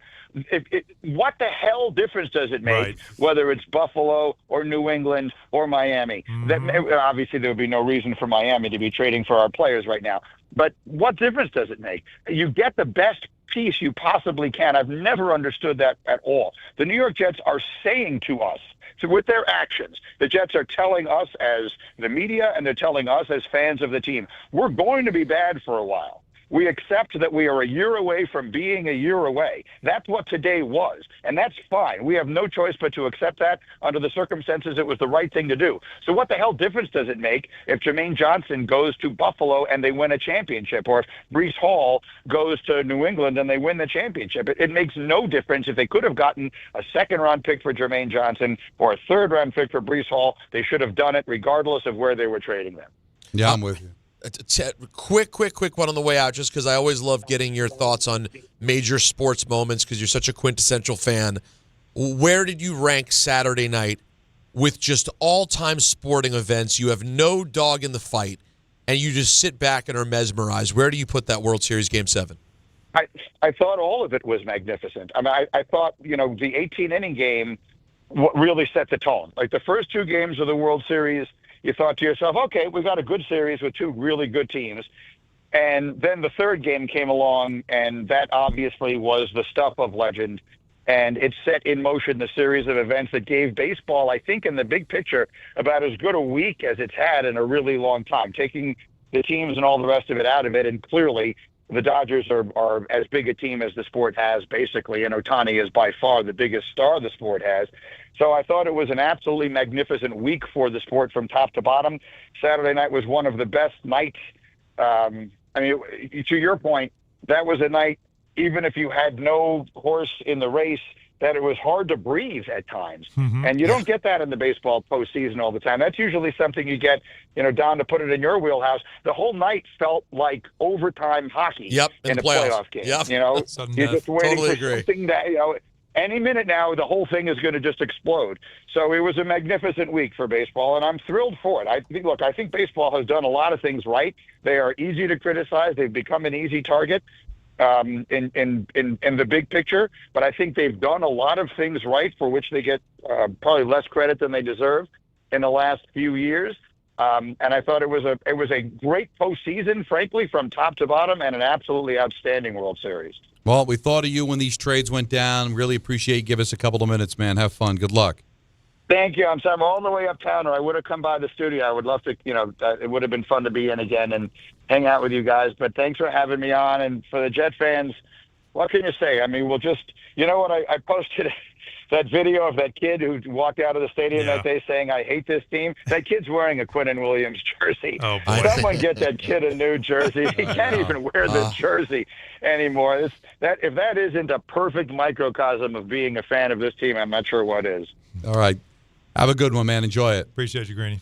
See you, fellas. All right, that's Mike Greenberg coming up. Talk about it Tuesday. Don, Hahn, and Rosenberg till 6:30. Then it's Rangers hockey on ESPN New York. All the way over Barzell. Score! New York Islanders hockey is back at UBS Arena, and it's time to bring the family and make some noise.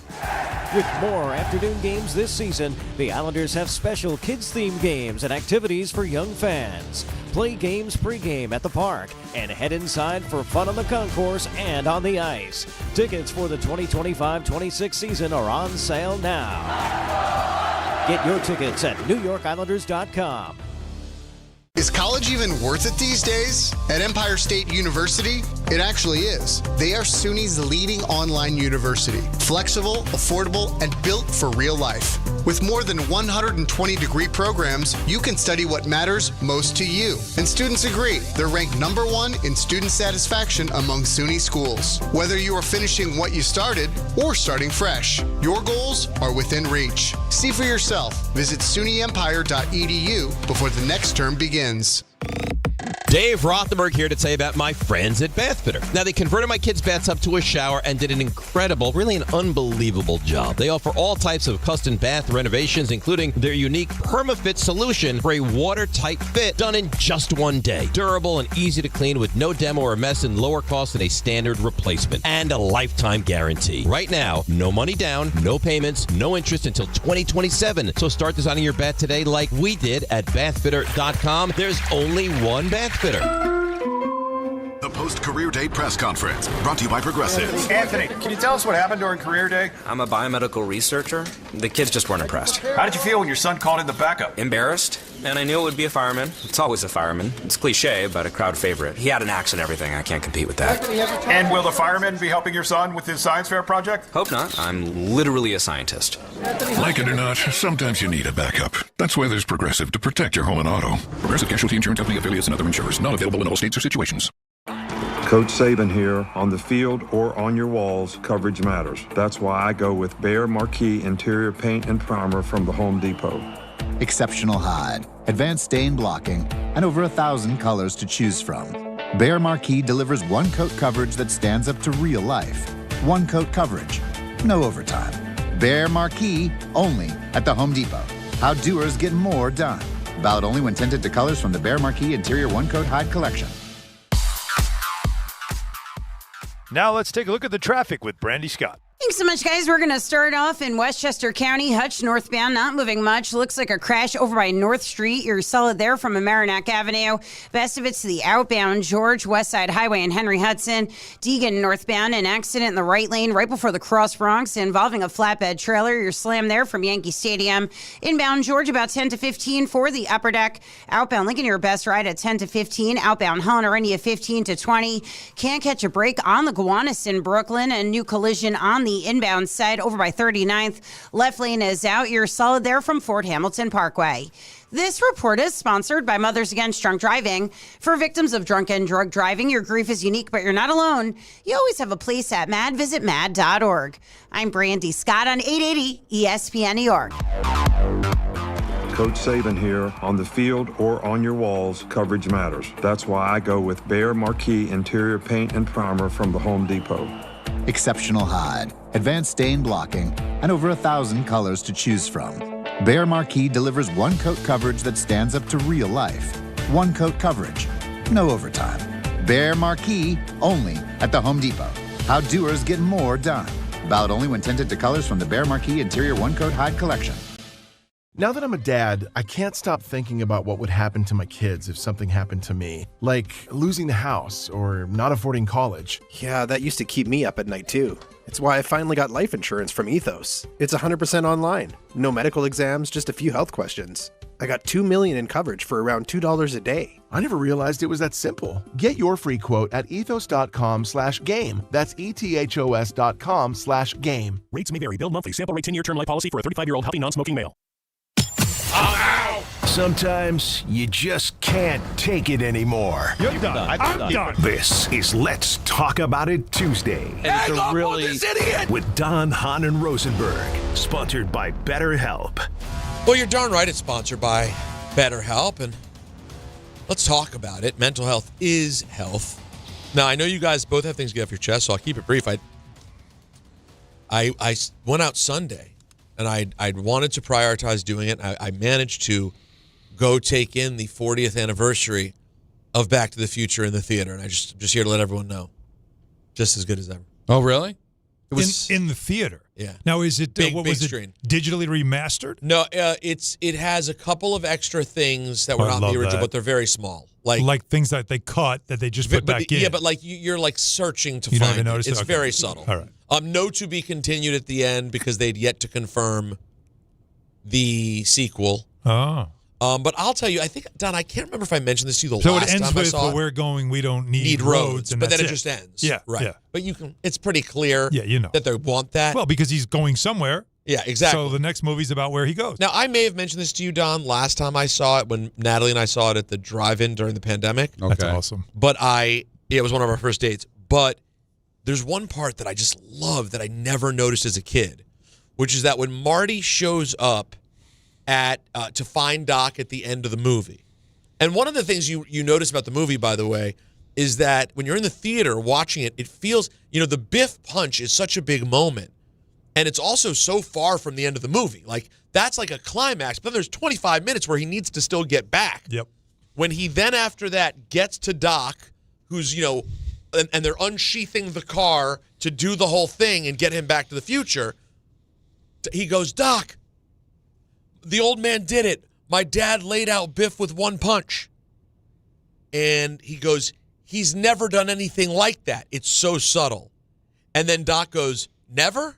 And Marty goes, no. And then Doc gives this look of like, uh-oh. And then you realize it's such a little subtlety. The space-time continuum. It changed in that moment where Doc's worried it could go bad. Yeah. It's what, in the end, makes Marty's dad come back as this confident, different person because now he's the kind of guy who, when he was pressed in a bad moment, manned up. Now Biff works for him. Yeah. Everything changed. Confidence comes from demonstrated performance. See? And that's what that was. See? Exactly. Yeah. And if you just pay attention next time you watch it, it's such a quick little thing they included. Wow. But beautifully done. I like it. If I didn't have a dinner plans Friday when I was in L.A., yeah, I ended up going to this great restaurant called The Perch. I don't know if you ever been. I never knew where it was. All right. 15th floor, really, really good French food. They're right next to the hotel where we stayed. They were playing Back to the Future, right next door. And I was like, I think I would have gone by myself. By yourself? Just I've never gone to a movie luxuriate. by myself. You've never gone to a movie by yourself? Oh, no, that's the but best. I would have done that. All right. And I don't mean Pee Wee Herman. I just mean regular go to a movie by yourself. You never done it? No, and I never did the Pee Wee Herman. Well, that's old version school, either. baby. That's old school. Now people do the Pee Wee Herman, but they do it at home. You don't have to go to a theater. You don't even call it the Pee Wee Herman. You just call it the average 16-year-old. You just call it Tuesday. Those theaters don't exist anymore, right? Because who Barely. needs it? Barely. Why would you need to go there? By the way, speaking of theaters like that, Yeah. In Back to the Future, I also never noticed that when he's standing in the Hill Valley town square, that there's a porno theater right there. Yeah, oh yeah. Yeah. Yeah, in real time. Yeah, in and 85. It says the name of the movie that was playing on the screen. 'Cause again, it's big, so you see more. It says, no pun intended. It says American Orgy is the movie that's that really? playing on the. And then when he gets back and he's like, oh, he's so happy to be back because he's in the decrepit Hill Valley, and they have the porno screen. All right, so what do you guys want to talk about? Well, Don, why don't you go, Don? Because mine has audio and it's all. Oh, it's a big deal. Well, Yeah. yours is good, I though. didn't I get like a chance to talk about what happened to me on Saturday. So I'm calling the Devils-Kings game. It's the only win that they had on the road trip, which was terrible. Everybody's talking about Game 7, and everybody's paying attention because the game's in L.A., so everywhere you went, Dodger hats, everybody's going crazy. Of course. But the building was pretty full. It wasn't full, but they didn't change the time of the game. The game was 6 o'clock local, Kings-Devils, and the World Series was at 5. I thought maybe would they change it. They didn't change it. So it's a pretty interesting building, even though, because not everybody's a Dodger fan. Maybe they're Angel fans or just not interested in baseball or whatever. But during intermissions, before the start of the game, they'd have the game on the Jumbotron. I figured they would do that. No big deal. So I was able to follow the game. In the third period, as the game's starting to heat up, they've got it on the Jumbotron during the game. Sure. They split the screen, so they're showing, obviously, what's happening on the ice, but then also showing Game 7. As I'm calling the game, I've never dealt with anything during like that the game. before. I don't think I've ever So seen that during either. the game. So fans are reacting to things that have nothing to do with what's happening on the ice. Now, the Devils are winning 3-0 because Metko scored for the Kings, make it 3-1. They get a power play. The Kings are buzzing, but like nobody's paying attention. They're watching the game. But I got to pay attention. I'm calling the game. And all of a sudden, when Rojas hits the home run, the place, I'm telling you, explodes. Like way louder than when the Kings scored the goal. Like the building's shaking. Fortunately, just at that moment, I'm calling a Markstrom save. So I had to elevate my voice. Otherwise, I don't know if I'd be able to hear myself talk. And it was so loud. They hit a World Series home run in the bottom of the ninth inning. The place went nuts to tie the game. And then, all right, so the game ends, and you see like the players reluctantly stalling to leave the ice because they're staring up at the Jumbotron watching the game. And then, because I don't know if you've ever been to crypto. Many times. Sure. Right. Well, I don't know where basketball called. We're not way upstairs. We're like in the mezzanine. We're a little lower. There's a middle. Which is cool. Yeah, like, it's a good for spot. hockey, that's a really good spot. That's where NBA radio is there. Right. And that's where we do. Yeah. That's where all the games are called. Yeah. So I've got to leave through the concourse. Right. The concourse, like a half hour after the game, is still packed because they're showing the games on all the TV. I've never seen anything like that before. They let everyone stay? They stayed. And I left, and then I went into the truck, and I saw the Will Smith home run, and I stayed for the end of the game because we were going to go to Anaheim right after. Mm-hmm. So we didn't have a plane to catch or anything like that. It was such a surreal moment. Then I find out, I don't know if you brought this up yesterday on the show, that in Canada, in Edmonton, which if you don't know the geography of Canada, is not close to Toronto. No. All right? No, it's like Minnesota is to New York. There you go. A little further, even further west. In relation, Toronto's above Buffalo, so you get an idea of where it is in the United States. I'm saying that because I mentioned to Jacob I was flying to Toronto like a month ago, and he's like, "How long is that flight? Like 4 hours?" So there are people who have no idea. Sure. So Edmonton is what? What would you say? Like above Montana? Yeah, maybe it's Montana. Like so, it's not close. They were showing it in Edmonton.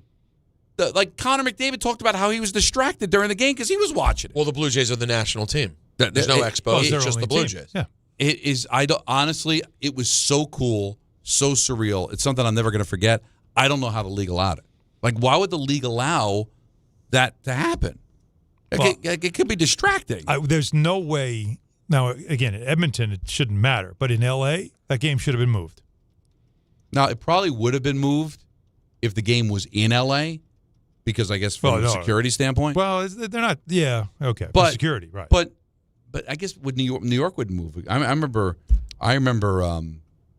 big, the Giants playoff games where the Knicks were playing and the Rangers were playing. I mean, we're talking about the championship. They could have moved it. The game was at 6 local. Yeah. Now the Devils had a 5 o'clock game in Anaheim the next day. So they would have benefited by making it earlier. If they played it at 1 o'clock, Sure. I mean, I'm sure the Devils would be all for it. We played in San Jose on Thursday, so we still had a day off. Mm-hmm. I don't know why they didn't do it, but this is where Connor McDavid talking about Game 7 going on, the Game 7 of the World Series going on in Edmonton while he's playing the game. That was really, really strange. Obviously, we're all on the Jays bandwagon, and everybody's wanting them to win, and it's so disappointing, obviously, but strange. Strange to have it on during the game. Listening to the crowd was distracting for sure. I'm glad they shut it off there for the third. Yeah, it was bizarre. It was bizarre. I found myself watching the Jays game, sitting on the bench, listening to the crowd while I'm on the ice, what just happened. It was very strange. But you know what? Historic moment. Couldn't be more gutted for those guys. Obviously we know what that feels like. It's for it to be the way it happened, just completely gutted for those guys. It's been a fun run and been a lot of fun. They've given Canada a lot to cheer about, and they should be very, very proud of themselves. I'm curious. Class. When he was in a Game 7 2 years ago, Blue Jays would have been playing, right? Yeah, probably. I'm wondering. No, because Edmonton, they don't care about Edmonton and Toronto. They care about the Maple Leafs. But the Blue Jays, that's why you talk about small market. First of all, Toronto's not a small market. You don't think anybody in Canada cared? But the whole country cares about the Blue Jays. Maybe not Quebec because of the whole Expo The whole country cares about a Canadian franchise winning a Stanley Cup. Yeah, but I don't think they were playing. Not at that level. Okay, I don't think so. It still is something you'll never forget. Right? It's one of those. Are the Raptors like that too, or is it not? I'm trying to remember 2018 and if it was the same kind of. Do you remember it all? Well, I was in Toronto only. I have no idea. I mean, whether I wonder if the whole country was invested in the I'm sure Raptors. pretty They far. were invested in the Blue Yeah, when they got that far, it was a pretty big deal. It's a long time since Vancouver had the Grizzlies. Yeah. I think people have moved on. Well, that was my team. I know. You had a moment. Yeah. Did you knew that, right? That's I figured. Big Reeves guy. Listen, because I had him Big at Oklahoma. country? No, because I finished second in my NCAA pool when Oklahoma State made the run, and he was on the team. They lost in the final, and so the Grizzlies draft him. I'm like, I needed an NBA team. The Nets aren't doing it for me. It's Canadian. Why not? I sleep right till noon. I'll make it my team. I'll stay up late watching the Grizzlies. It lasted for maybe the first month of the season. And then you were done. Because I'm just not a basketball guy. It was bad basketball. Well, that's not a great way to get into basketball. They were bad to begin with. Can we have a debate as we talk about it? Yes. It's your turn? Yeah. Well, I want to hear Alan's, but really quick, can I just tell you one thing? No. Amazon Pickup. It's the ultimate convenience play. And Amazon's already a part of your everyday life, but Amazon Pickup, what it does is it takes it to the next level. If you're pressed and you're on the go like me, you got a lot going on, you can get your order sent to a secure pickup location that'll work for you. Amazon lockers and counters are located everywhere you are. So no matter where you're at, your package is ready when you are. That's right. Now, life never slows down. A lot going on. We all got family stuff, obligations, always on the move. Well, Amazon will give you the flexibility to grab what you need no matter where your day takes you. All right? It's simple. You order online and at checkout, just choose the pickup location that's most convenient. You'll get an email confirmation when it's ready with instructions to pick it up. Quick, secure, and always at no extra cost. Check it out for yourself. Go to Amazon.com/pickupmvp to learn more. That's Amazon.com/pickupmvp. So my talk about it is something that, I think you guys have discussed, once or twice on the previous show. It is something that comes up a lot, and it came up last night, it came up Sunday night. Mike Breen and I were doing the call on MSG. The Knicks were playing the Bulls. The Knicks went 22 for 22 at the free throw line. Wow. And at one point in the game, Mike told the audience what was happening. And this is what it turned into, this conversation. I know I'm going to take abuse, but the Knicks are perfect from the free throw line right now. They're 14 for 14. But that's my job. I'm supposed to say what they're shooting from the free throw line. I don't believe in the broadcaster jinx. I don't either. My wife does, though. She gets very upset.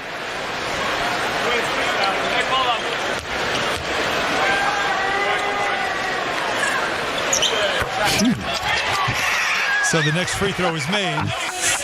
Towns has and Mike points, 9 let out rebounds. You're off the hook. I get it. And because he said it. And if I thought it was going to be a miss. If he missed that free throw, forget it, right? So, and yes, Stephanie always believes in it. Anytime an announcer says something as we're watching a game, she will get so mad because she believes in it. She thinks it's a real thing that you don't talk about, you don't say it. I think it's insane because if anyone had that much power, first of all, you're not paying us nearly enough money. No. If we have that much control over a game. But how do we feel about this idea of, so you could say you don't believe in jinxes, and I know, but when you're sitting with friends and you're watching the game, and I felt like I was sitting and watching a game with a friend as I do a broadcast with the Hall of Famer, and Mike says what he says. When you're with a friend and you're not on the air, do you look and go, why would you say that? So it's your favorite, it has to be your favorite team. Jaden Daniels he's made 15 straight throws, Peter. Yeah, you'd be like, why would unfortunately, it was Sam Darnold who had that experience. You're like, why would he do that, right? Don, it's the kick. To me, it's more like right before a big kick. The Devils have killed off 17 straight penalty kills. I said it. Yeah. But they at one point, I think they killed off 22. You got it. Now, I could let the graphic tell the story, but that's different. You're working. I'm working. I'm talking about casually. This is our listeners who are following along with us talk about it. If you're just chilling watching a game on the couch, friends, whatever it is, and someone just says it, I think that's 7 in a row. Does everybody go there? Yep, they all do it. So, do we all react that way, or do we don't care? I think most people react to it, especially if the next pass is incomplete or the next shot is missed. And why is that, you think? Well, because you're calling attention to it. It's superstition. It's normal. Don't bring it up. There's certain things you don't want out there, right? That you're not just going to, not just in sports, but in everyday life. Like, geez, I haven't had the flu in 3 years. Like, you wouldn't say that out loud because you'd feel like, all right, well, now I'm going to get the flu. Right. Like, it's stupid, but I think we all live with that. Right. But to ask your announcer to play that game Now is stupid. now we're in yo-yo land. Because like Mike Breen said, it's his job. He wants to inform people. Now, it's TV, so I guess technically you can show the graphic and or not just wait say till he it. makes both free throws. But he said it after the first one, knowing there was a second one coming. And then Michael always brought this up with the no-hitter. Yeah. But you want to get people that are flipping around going, oh, the Yankees are in a no-hitter. Well, you're not going to tell anybody? No, I agree. That's stupid. Again, I agree. You can't do it. And don't see the reason people get on it. In baseball, it's a thing. Don't talk to a pitcher during a no-hitter. That's what it's really about. That's what it is. Nobody said anything about don't bring it up. Fans can't talk about it. Announcers can't talk about it. That's not a thing. The only thing, and not that it's really a thing, but they made it a thing, don't talk to a pitcher during a no-hitter. Why? So why? Because it gets in your head. Yeah, because you want to think about it. Right. That's where that started. It started from there. Don't put it in my head. I don't want to think about it. But if you have no control over the game or the outcome, why is it that we react this way? Quick story. I know we're up against it. So I'm in high school, Don Bosco Tech. We're playing at Hinchcliffe Stadium, which is a famous stadium in Patterson. But they made it into a football stadium. So it was almost playing like the Polo Grounds. So it had a short right field instead of left field. Yeah. And like the football lines are there. It was really difficult to play. John Serrato is the pitcher for Don Bosco Tech. He's got a no-hitter going. But there was no scoreboard. I didn't know he had a no-hitter. Bomb to me in right field. I've got to literally go up the stairs, because again, it's like a football field, to lean over to catch the ball. I make the catch. Game's over. I'm like, that's a pretty nice catch. I'm jogging back to thinking people are going to swarm me. They're swarming him. I'm like, why are they jumping all over him? I made the catch. Then they come over to me. They're high five. I saved the no-hitter. But if I knew that was a no-hitter, wait, you took away a home run to save a no-hitter? Yes. I mean, I wasn't right. But you don't see a lot of home runs taken away in high school baseball. But here's the thing: if I knew it was a no-hitter, would it have been in my head? Would I have been able to make the play, or would I have been all nervous, my knees knocking, thinking I got to make this catch? Well, because otherwise the game wasn't on the line. It wasn't like a super close game. No. It was just a nice catch. Got it, right. So I thought they'd be celebrating with me that I made a nice catch, which they eventually did when I got there. But I'm like, why would you mob the pitcher? You almost gave him a home run. I'm the hero. So I eventually did get the hero's welcome when I got back to the infield because I made the catch. But if I knew that was a no-hitter, my knees might have been knocking. I might have dropped the ball. You know what I learned about? By the way, that's going to do it for Let's Talk About It, sponsored by BetterHelp. Visit BetterHelp.com/timeout for 10% off your first month. I just learned that Don plays high-level high school baseball from a lot. No, I'm pretty proud of that. Yeah, let's continue on the other side. Climb the stairs to get outs. Wow. Bart Scott at the top of the hour. Don Hahn and Rosenberg, ESPN New York. Listen up.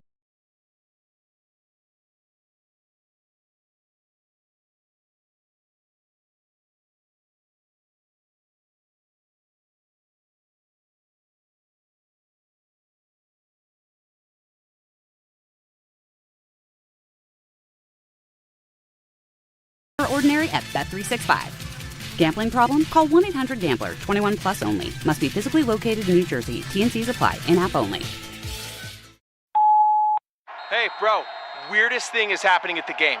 This guy sitting next to me says, "You're our good luck charm." Every time I crack a Bud Light, we score a touchdown. Now his entire family wants to buy me Bud Lights. I think I'm some kind of a football prophet. Talk soon. The team needs me. Anything for Bud Light, the official beer sponsor of the NFL. Stock up today. Enjoy responsibly. Copyright 2025 Anheuser-Busch Bud Light Beer, St. Louis, Missouri. YouTube TV customers, get the sports you love on ESPN back, including college football, college game day, Monday Night Football, the NBA, college basketball, and more. Act now. Go to keepmynetworks.com to get ESPN back. You make sure his toys don't have any sharp edges. You taught her what to do when the smoke alarm goes off and to wear a helmet when she rides her bicycle. You do so much to keep your child safe. But are you using the right car seat for your child? Car crashes are a leading killer of children ages 1 to 13. Protect your child's future at every stage of life. For information on the right seat for your child, visit safercar.gov/the right seat. Sponsored by the New York State Governor's Traffic Safety Committee.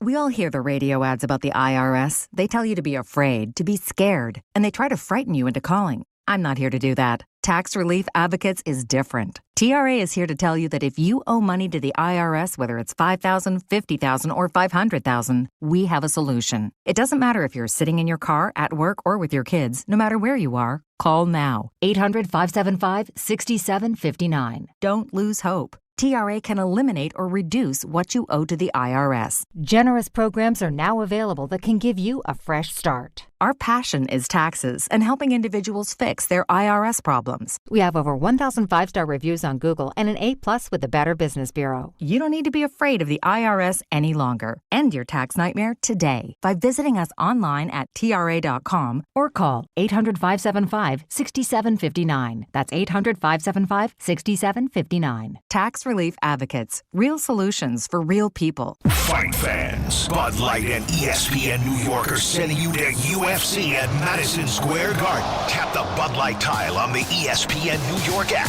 and enter for your chance to win a pair of tickets in the ESPN Suite. Catching the action alongside ESPN New York's Peter Rosenberg. Listen and enter through the Bud Light tile to score your shot at the ultimate fight night. Bud Light is proud to be the official beer sponsor of UFC. Bud Light, easy to drink, easy to enjoy. Enjoy responsibly. Anheuser-Busch Bud Light Beer, St. Louis, Missouri.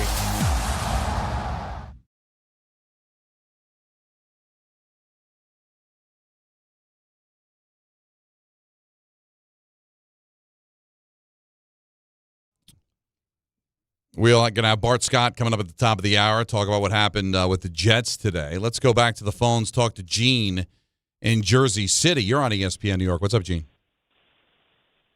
Hey, what's going on, guys? It's all going on, buddy. How are you? I'm good, man. I got an issue with something you said earlier in regard to the Jets and how we should just keep going with them regardless of what. Like, because I feel like it's the regime. Like, going into the season, I had more faith than I did now.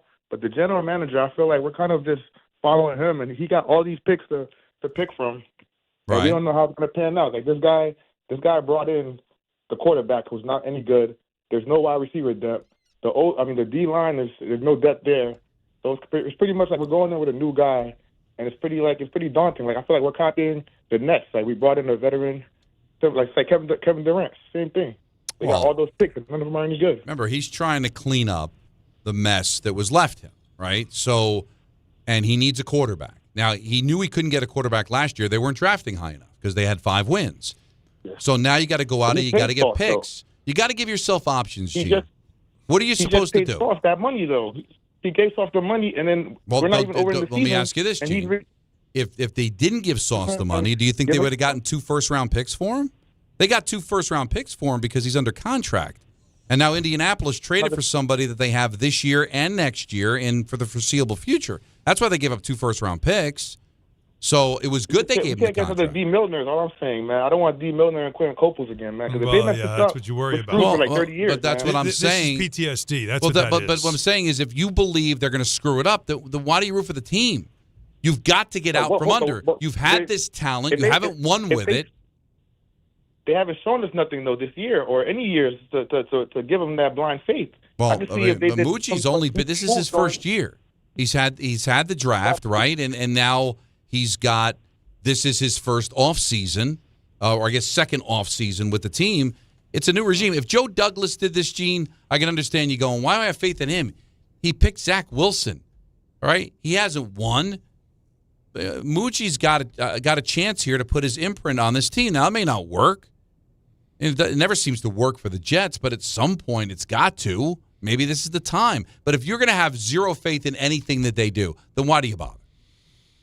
I understand it's hope, but what else you got? You're a 1-7 football team. I think what you're confusing is it's not giving up. It's you have a hard time believing. You have a lack of faith.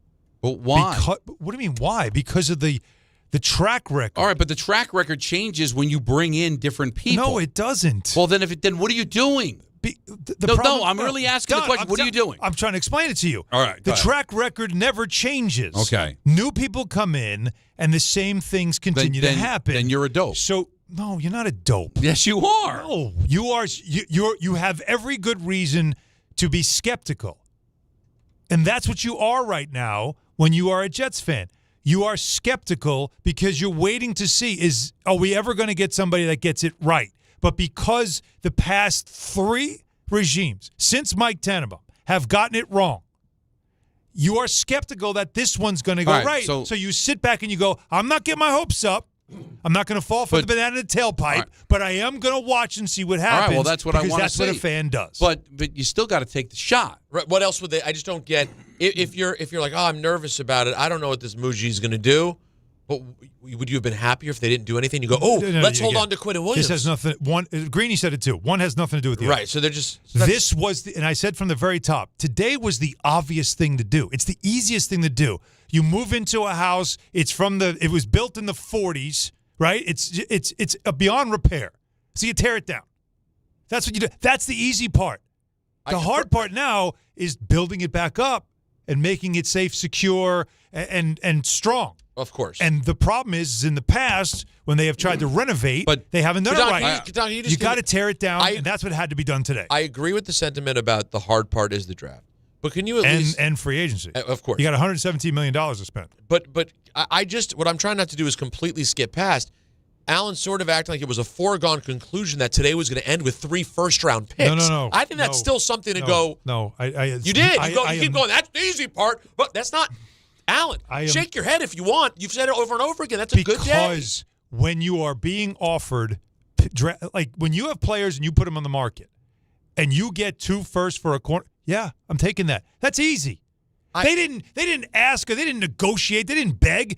They had an asking price, and someone met it because they would have moved Brees if they would have gotten a second, and they would have moved Jermaine Johnson if they would have gotten a second for Jermaine Johnson, a third for Brees. Right. But they didn't get that. So asking prices were put, and some were met, and that's a no-brainer. Of course you do it. That takes no skill. I could have done that.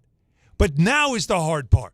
Well, building from here. I feel like today could have easily ended with those players gone, and that what they would have had was something else, not nearly as exciting, and we're treating it as if they got nothing. They got a nice little haul. Peter, I do think you're kind of underrating the job that he did. Because if he doesn't give Sauce a contract, which was certainly up in the air, because I disagree with Cimini. Then you can't get the 2 first-rounders. I do think part of the reason they gave Sauce the contract was, hey, either he's going to be great for us or at least we can move him if he's under contract. That's a good move. Right? Because for me, just showing what I know, I wouldn't have given Sauce the contract. I'd be like, show me, Sauce. And you haven't been good the last couple of years. And guess what? You would have gotten a 5th rounder today. And then, and I would have gotten something not way less than this. And that's why I think that you got to give a little bit more credit to what they've done. Eventually, they got an opportunity to take a shot. And we'll see if he drains the shot.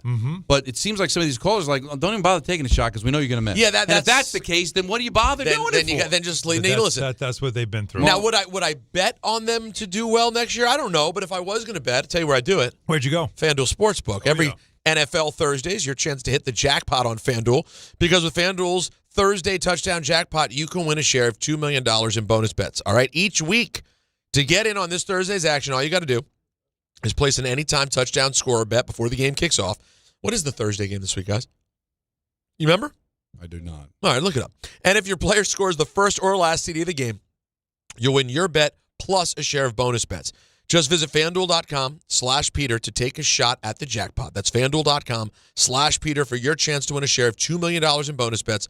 Play your game with FanDuel, an official sports betting partner in the NFL, 21 and over, physically present in New York, opt-in required. By the way, it's Vegas and Denver. Not bad. Not great, but appropriate Thursday. Must apply Profit Boost token on select market. Prize pool to be split equally among all eligible participants who made the correct first or last TD pick. Bonus issued is non-withdrawable bonus bets that expire 21 days after receipt. Restrictions apply. See terms at sportsbook.fanduel.com for help with a gambling problem. Call 877-8-HOPE-NY. Text HOPE-NY at 467-369. So you guys want to go to the other side and talk to Bart? All right, Bart Scott next, right here. Don Hahn Rosenberg. Friends, it's football season, the best time of the year. You should be out there tailgating, cheering on your team, and enjoying every Sunday. But if you're dealing with neck pain, back pain, sciatica, or nerve pain, even getting off the couch can feel like a challenge. You don't have to live like that. There's help. Dr. Jay Shaw at Sandwell Pain is New Jersey's top pain specialist. He's Ivy League trained, double board certified, and is dedicated to helping you get back in the game. Here's what makes the difference. No surgery, no scars, no long recovery, no pain medication. Just precise, non-surgical image-guided procedures that deliver real results. Dr. Shaw treats neck pain, back pain, joint pain, migraines, nerve pain, and sciatica with a plan that's customized for you. Same-day and next-day appointments are available, and with offices in Woodbridge, Livingston, and Inglewood, relief is always close. So don't let pain keep you on the sidelines this season. Visit SandwellPain.com to call, text, or book online. Most major insurances are accepted. That's SandwellPain.com. Relief is closer than you think, and it starts today. And now it's time for traffic. Here's Brandy Scott. Thanks, guys. Not so great on the east side of town. FDR northbound. Looks like a crash right underneath Gracie Mansion. Traffic is crawling there heading into the 90s from the Midtown Tunnel. New issue on the Deegan northbound. An accident off to the shoulder by the Willis Avenue Bridge. After that, still have this crash in the right lane involving a flatbed trailer right before the Cross Bronx. Packed ride there from the Triborough and the Bruckner. Best of it's the outbound George, Henry Hudson, and southbound Deegan. Inbound George looking good. Delays of east for the upper deck.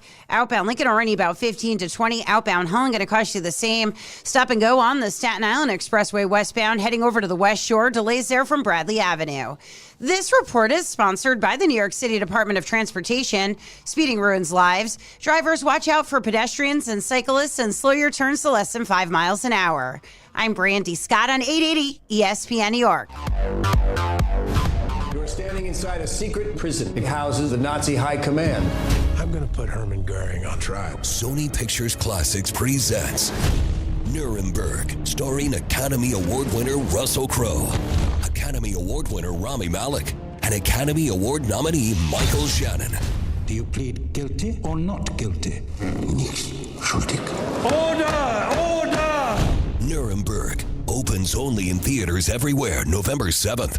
Empower. Jen has ordered a decadent seafood tower, king crab legs, lobster tails, and a waterfall of caviar. Pricey? You bet. But Jen worked with Empower on her savings and investment strategy and planned for splurges like these. She got good at money, so she can be a little bad. Ooh, champagne. Empower. Invest well, live a little. Start today at empower.com. Past performance is not indicative of future returns. Investing involves risk. You may lose money. Advisory services are provided for a fee by Empower Advisory Group, LLC, EAG, a registered investment advisor with the Securities and Exchange Commission. OMG, those shrimps are really jumbo. 880 ESPN, WHSQ, and WCBS-FM HD2, New York. A Good Karma Brands radio station.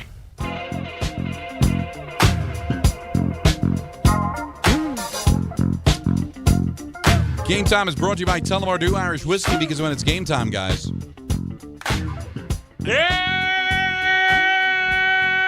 It's Tully time!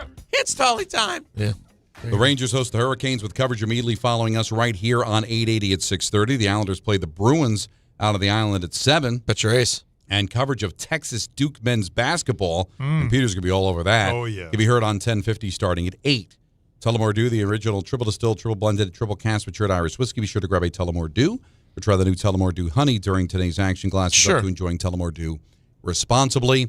You can hear him with Chris Carlin every day between the hours of 10 and 1 here on ESPN New York. He's Bart Scott, and he joins us here on Hahn and Rosenberg. How are you, buddy? Sure. No, I think we've done well. He dropped. Oh, boy. Well, that's unfortunate. I have a lot of experience working with Bart. Well, listen, he did give us the option for another time with the Comrex, and we said phone's fine. Right. And then, God laughs at your plans. You know what I mean? Especially these. Well, can I tell you guys, I'm a little disappointed. It's 5:03 on Election Day, and none of our listeners have been creative enough to come up with a joke about we know Rosenberg's always rooting for the commies. It's sitting right there for you right now today. It's a good point. Come on, people. You can do better. We do have Bart back, and he joins us here on Hahn and Rosenberg. How are you, buddy? Put fellas. What's going on? And my condolences, too. I know it was a tough day. You were over at Nick Mangold's funeral, so I know that was tough. He was a teammate of yours, and our condolences go out to you, buddy. No, we appreciate it. It was good to see a lot of the guys. Unfortunately, you never want to get together like that, but it was good to be together and lean on each other in these type of tough times. You know what I mean? When I guess all you were together when you all this news started to break about the Jets trading away some major pieces and getting some major assets back. What was the general reaction to this stuff? Well, when Chili Willie called me, because we had just actually left, he hit me with the news. I'm like, "What you talking about, Willis?" All right, Chili Willie is Willie Cologne, right? Bit, Willie Cologne? Yeah. Okay. Chili Willie is Willie Cologne, absolutely. You speak fluent, Bart. I Everybody do knows speak you do fluent, that. Bart. I'm making sure everybody else. Yeah, make sure everybody else understands. That's all. Go ahead. So like, when you look at it, what it is I think that the Jets and the staff thought they wanted to build around a young core, and part of that core was going to be based around, maybe Jermaine Johnson, Bear Tucker, who got injured. It was going to be around Garrett Wilson and Sauce Gardner. But during the season, when things go bad, you have to say, well, we tried it, and do we just double down on our mistake, or do we try and improve and reset?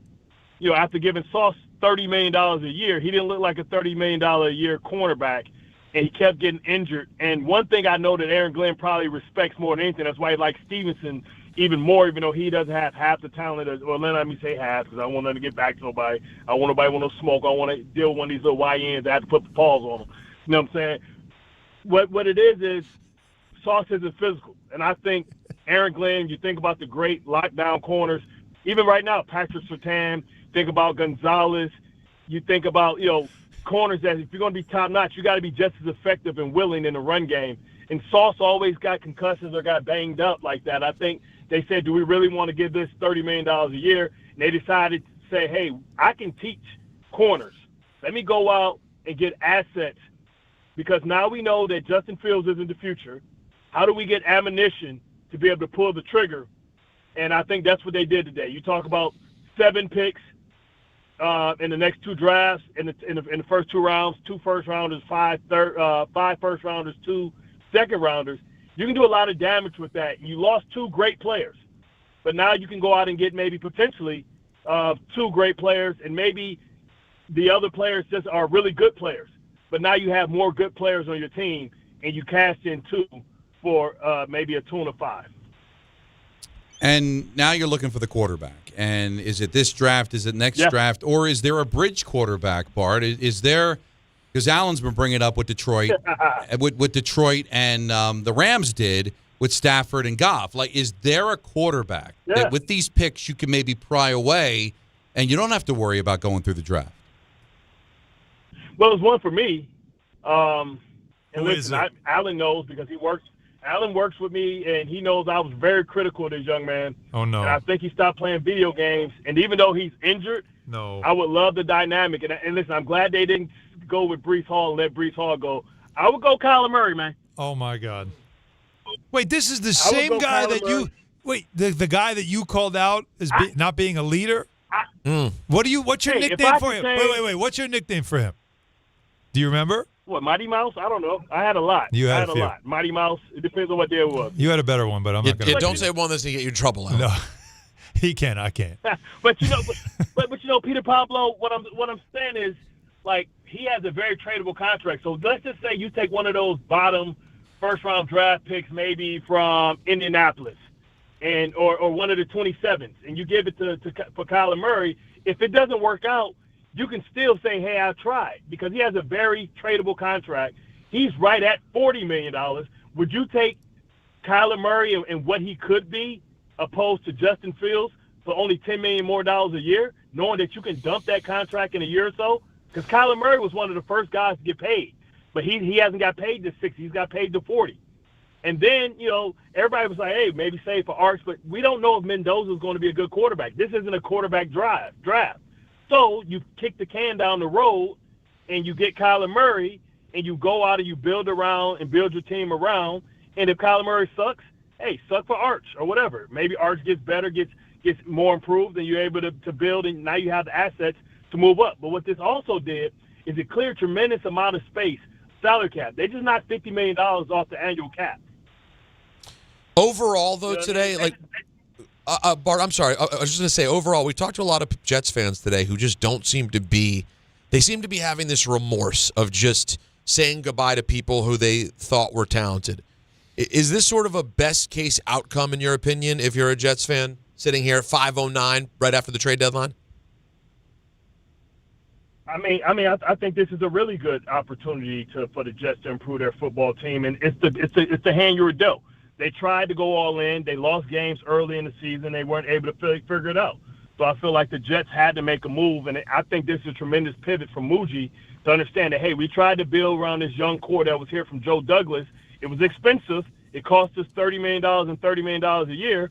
But now we can pivot away from it and walk away from it and build this team slowly and organically. We're going to keep Garrett Wilson here. We still have this great young offensive line that we don't have to pay.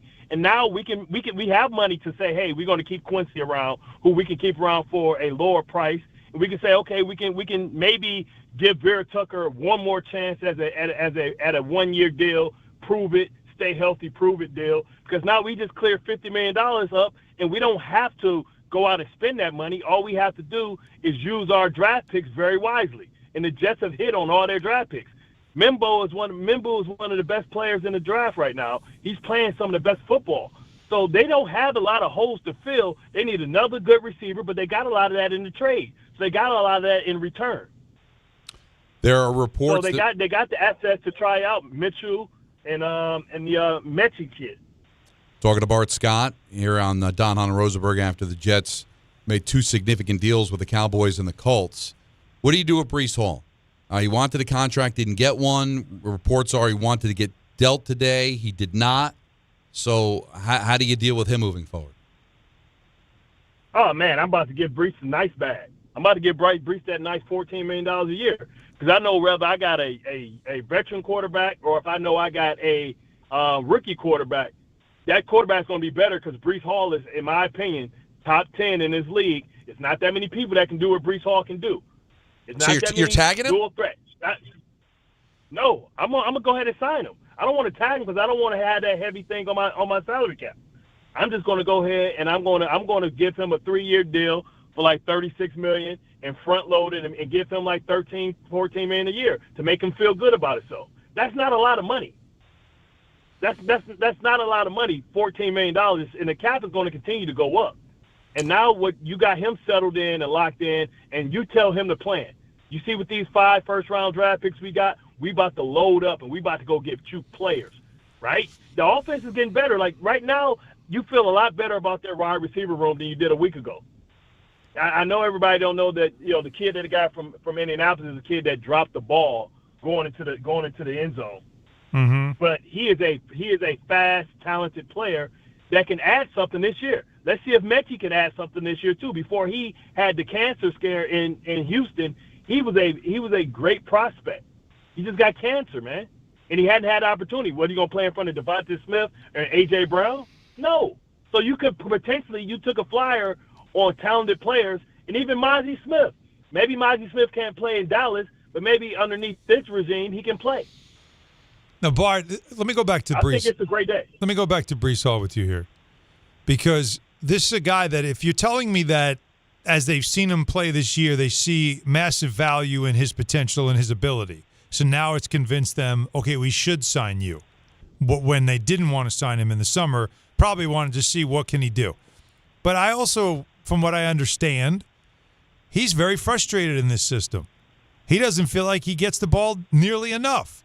They don't run enough plays for him. They don't lean on him enough. So, Correct. All right, so one doesn't go with the other, though. Don't you see what I'm saying? Like, why would they be so willing to pay him all that money if they don't really see value in him to put him to make him a centerpiece of an offense that has been garbage? Because I think they learned. I mean, Jahmyr Gibbs is the centerpiece in the Lions. So if this is the system that they're running, why can't Breece Hall be Jahmyr Gibbs? It's a great question, and I wish I could answer it. He has the same home run ability, and he's a better receiver. So, I mean, I definitely will say, you know what, Breece? Let's see. Like, at worst, you say, let's see, you tag him, and then you trade him next year for something. At worst. But at best, you show him what he can do. Look, I don't deny any of that for his talent. I'm more concerned about the hierarchy here. Now, you said Kyler Murray, which made me throw up my mouth for a second. I want to give you my – He's a good football player. Come on. You know I love I need the headline. I want the big splash. I want to go for it. If I got all this cap space – you going to go Trevor Lawrence? No. Listen out. Here. If I want to go for it, and I got all these assets, I'm putting all my chips in the middle of the table, And I'm reaching out to Joe Cool, and I'm saying, you got to get out of Cincinnati, man. Guys have told – Carson Palmer told you the same thing. Get out of there. And we'll bring you here, put you in New York, big market. You're going to be a superstar. Man, that's a lot of money, man. Listen. That's I'm a lot sorry. of money for I'm sorry. It's a lot of quarterback. Yeah, but if you're him, it's so crazy. Yeah. Yeah, but how many times have we said, listen, that turf has took so many people out. With his type of injury history, you want to put that on that turf? Wow. Now we're talking. Are we going to a grass field? All right, now are we going to a grass field? Wait a minute. You just spent 15 minutes with us convincing me how rosy things are for the future of the Jets and all the things they can do, and now you're telling me that nobody wants to play here because the field's bad. I don't know which one to do here. I'm just saying. No, Joe Burrow has missed 3 years of his career. Yeah, but his illustrious career. Yeah, I know. Hey, you remember the saying when he's what is it? He's hell when he's well, but he's always sick, right? Remember that saying? Yes, right. Exactly. And listen, we thought it wasn't a curse, and then Aaron Rodgers came and he blew his Achilles out on one game. I do not want to go there. No, hell no. You can keep Macaulay Culkin. Listen, Macaulay's not going to leave his peoples. They're not going to let Macaulay go. They just paid T. Higgins and all his minions. I know, but Joe Flacco's putting up 400 yards a game with the same offense. They don't have to pay him nearly as much. That is true. And we can't go Danny Dimes because we know that may not work. And we can't go Mac Jones. No. So you either go with the draft and you go Kyler Murray because the contract is already locked in. I love you, man. Hope you're doing well. Now does Call of Duty come with them too? Or are you gonna have to give an extra pick for that? Touche. Wow. No, he's changed. No, he's changed. That was 2 years ago, man. He quit video games apparently. Right. It's probably Halo he got paid now. for the video games. He just don't play them all the time. Okay. Hey, man. Hey, Alan. Listen. First of all, can I speak to my former partner? Listen, man, you're doing a hell of a job calling these games, man. Y'all know at some point we're gonna have to make the transition for Clyde. From Clyde, when you go off into the sunset and go, tend to them rabbits or something, go hang out. You know what I'm saying? Go fishing and hang out in like Legends Row. But man, you're doing your thing, and then you got my vote for full-time job there. You know what I'm saying? Why, you hear that? Hold it down. I'm gonna see you tomorrow, man. Call your boy, tell him I want to get up in the towel suite because I'm looking to drink some free drinks. I hope to see you courtside at Celebrity Row, which I'm trying to work out for you. And a little Tullamore Dew, maybe? Yeah. Let's work. Let's work that out. But tomorrow I'm gonna be in the Swizzy, but I want to go up to the other Swizzy because there's levels to this. You know what I'm saying? You know what I'm talking about. No, I got you. You know I got you. Just text me during the day and we'll work it out. How was Can't Wait not on Celebrity Row? Yeah, come on. It just hasn't happened yet. That's all. It's time. Because I just be low key. And Peter Pablo, listen, man, don't be scaring Como off the air. And Don, you keep doing your thing for the Devils, man. Oh, thank you. See that? You know what that is? Acting like his signal don't work. I hope Booger McFarland was listening to that spot. It's called acknowledging everyone. Acknowledging everyone with a little piece of information. Just something. It's BS, but it goes a long way. No, you appreciate I do appreciate that. Listen, he didn't just stumble upon the Cuomo stuff. He probably looked for it, right? He saw it. Hit his timeline. He's a consumer. Bart Scott is a consumer. Right. And he remembered it was Devils. There's 3 hockey teams. He had a 1-3 shot. Listen, no, I'm from Hockey Town now. You know what I'm saying? Steve Eisman, the greatest captain in the history of sports. There you know go. What I'm saying? See, that's the Detroit coming out of you. I love that. So we already know, but Peter Pablo, come on, man. Ebro, y'all don't get banned, man, from scaring politicians off the air, bro. Yeah, well, listen, it might be too late. The interview was banned. They can't handle the truth. They can't handle the truth. Thank you, Bart. I appreciate you, buddy. My pleasure. Oh, that was nice of him to come on. And listen, Kyler Murray's scary, man. Listen, I know Joe Burrow. Do you? Not personally. Oh. Damn. Comes with some baggage because of injuries. Come on. But damn, the upside's better than Kyler Murray, no? Hell yeah. Oh, wait. For Burrow? Yeah, but he'd rather have Kyler Murray. Well, it's so because the Burrow thing is so expensive. I mean, so is Kyler's expensive too. But Joe Burrow, it's just not going to happen either. Hey, do you want to leave the market that has a history of not winning, but certainly gets closer than this team does, and you can do it with much less pressure hidden in Cincinnati, or you get screamed at every day in the back of the paper, go to a field that kills quarterbacks, and also never win. But if you do win, you'll never have to pay for a meal again. Yeah. You know what? He's not paying in Cincinnati either. No. I'm sure they have 2 or 3 good restaurants. They must have a He's Hyde fine. Park there or something, They right? got one. They got something. This could have waited till like 6:30. That little rant right there.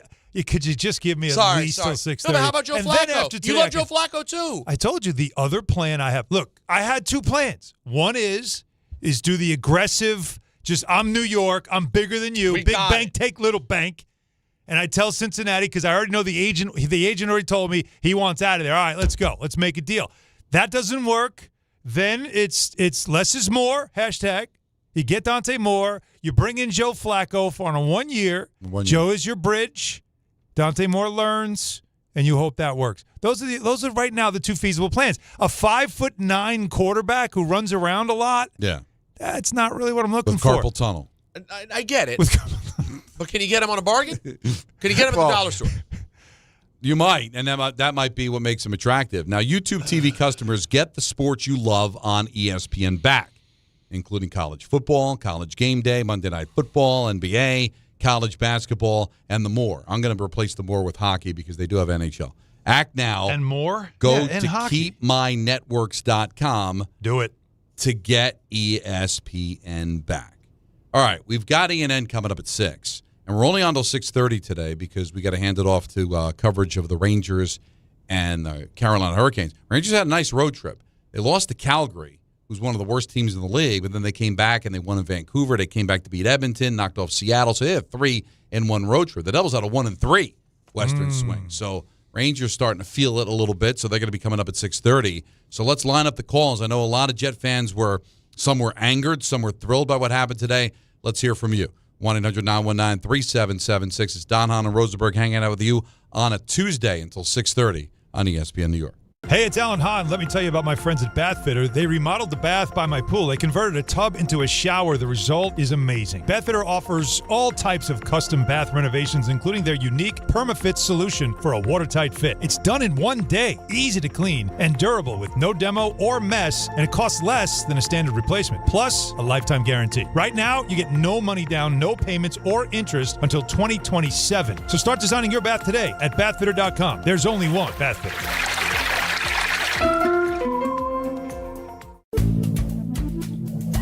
Good Karma Brands is proud to be an equal opportunity employer, providing equal employment, development, and advancement opportunities to all teammates and applicants. To learn more about careers with us, please send an email to talentacquisition@goodkarmabrands.com. That's talentacquisition@goodkarmabrands.com. Every aspect of your business will operate better and faster with artificial intelligence. AI is a race, and companies that act first will win. Thrive Managed AI is your advantage over all your competitors. Thrive partners with you on a smart, secure AI strategy for your business. Then they deploy and manage it for you. Be first and win the race with Thrive Managed AI. Start with a complimentary strategy consultation at thrivenextgen.com/ESPN. That's thrivenextgen.com/ESPN. There he goes to the 20, 10, 5. That's a Jet touchdown. That's a Jet touchdown. Jets fans, be there at MetLife Stadium to see the New York Jets take on the Cleveland Browns on Sunday, November 9th at 1 p.m., presented by Verizon. Don't miss your chance to experience the excitement of game day at MetLife Stadium and cheer on your Jets. Lock in your seats at nyjets.com/tickets and get ready to clear the runway. This is an ad by BetterHelp. Shorter days don't have to be so dismal. It's time to reach out and check in with those you care about, and to remind ourselves that we're not alone. As seasons change and days grow darker sooner, it can be a tough time for many. This November, BetterHelp's encouraging everyone to reach out, check in on friends, reconnect with loved ones, and remind the people in your life that you're there. BetterHelp does the initial matching work for you so you can focus on your therapy goals. Short questionnaire helps you identify your needs and preferences, and our 12-plus years of experience and industry-leading match fulfillment rate means we typically get it right the first time. If you aren't happy with your match, switch to a different therapist at any time from our tailored recommendations. This month, don't wait to reach out. Whether you're checking in on a friend or reaching out to a therapist yourself, BetterHelp makes it easier to take that first step. Our listeners get 10% off their first month. Just call pound 250 and say the keyword timeout. That's keyword timeout after calling pound 250.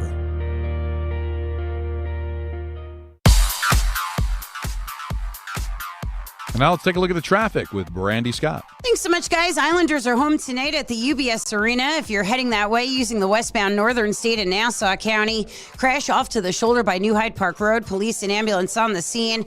Bumper to bumper with everybody stopping to take a look from Willis Avenue. Grand Central westbound keeps you heavy heading over to the Cross Island. FDR northbound now shut down with this crash underneath Gracie Mansion. Traffic is stopped heading into the 90s from the 20s. Not too bad heading over to the outbound George on the southbound Deegan and Henry Hudson. Cross Bronx westbound packed from the Bronx River Parkway. Inbound George, no big issues for both the upper and lower decks. Outbound Lincoln and Holland tunnels are only about 10 to 15 minutes each. This report is sponsored by the New York City Department of Transportation. Speeding ruins lives. Drivers, watch out for pedestrians and cyclists and slow your turns to less than 5 miles an hour. I'm Brandy Scott on 880 ESPN New York. Hey, I'm Mike Slater. My dad passed away at the age of 63. It's out of nowhere. Had a stroke. Super hard, obviously, for the whole family, but my dad had life insurance. This is why I have life insurance for my family, for my wife and 4 kids. And the best place to get life insurance is ethos.com because you can do it in 10 minutes. And there's no medical exam and no blood test, just a few health questions. Get life insurance in 10 minutes so your family is protected. Ethos, ETHOS, ethos.com/play. Your ambition just met its match with Robinhood. Trade stocks and ETFs, options, futures, and crypto all on one platform. Get started today at Robinhood.com/yourmoney. Your money, your move. All investments involve risk, including loss of principal. Options, futures, and crypto trading carry significant risk and may not suit all investors. Securities offered through Robinhood Financial LLC, member SIPC. Futures trading is offered by Robinhood Derivatives LLC, not FDIC or SIPC protected. Crypto offered through Robinhood Crypto LLC, NMLS ID 1702840, not FDIC or SIPC protected. Portfolio management offered by Robinhood Strategies, an SEC registered advisor.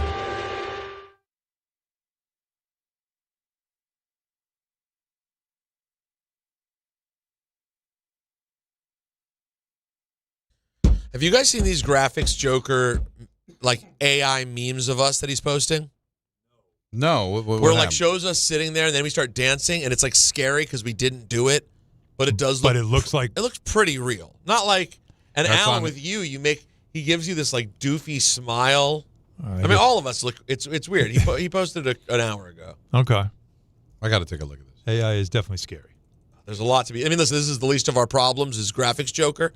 But yeah, there's a lot of stuff with AI that's I don't see anything. a little terrifying. Except if it's Thrive, then it's very good for your business. Oh, well, in that case. I'm not seeing anything. Nothing. Got to go to replies, he said. Is it replies? Oh, there it is. Oh, this is really weird. How do you feel about it? Look at Alan's face, too. Yeah. It's not what you want. No. You should all sue of our him. faces. You want to sue Graphics Joker? Right, yeah. Just for everything he's got. Yeah. Do it right now. For all of his paints and easels, everything.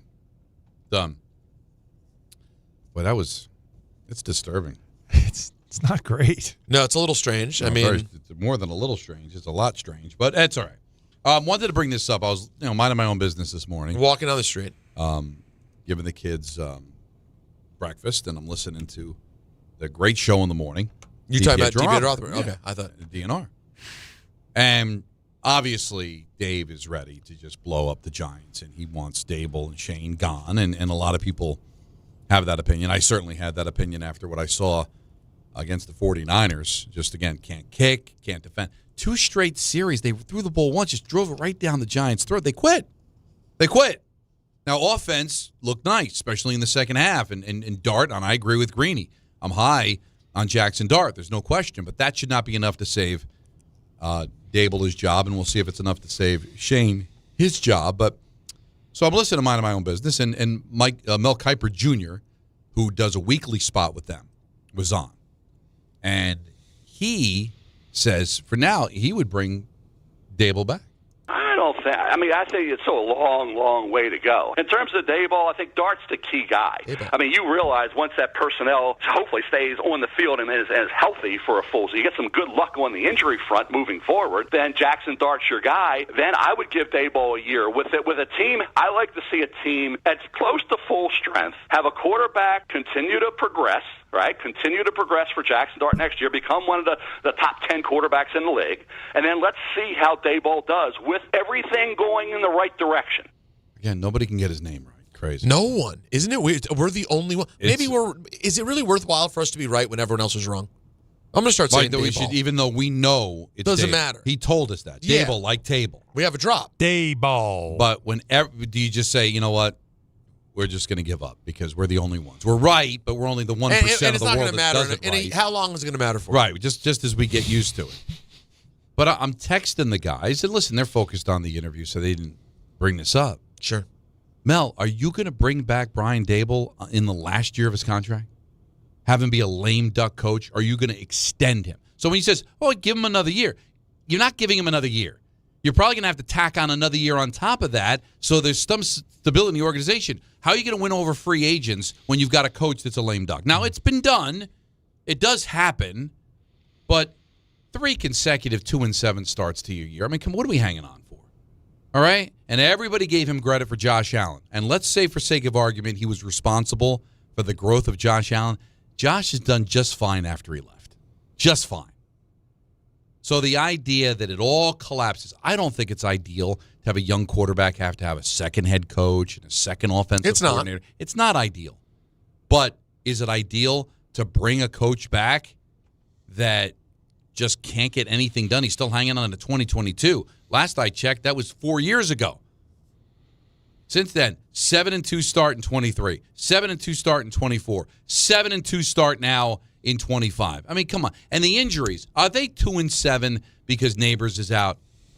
Are they 2-7 because their secondary is banged up? Well, Shane brought Banks in. He's a backup because he can't play. You drafted him. How come I see other teams lose players and find ways to win games? They move on. And in the Giants, it's always the damn excuse. I'm sorry, they were going to lose that game to the Eagles anyway when Scadaboo went down. So what exactly would their record be if Cam didn't get hurt?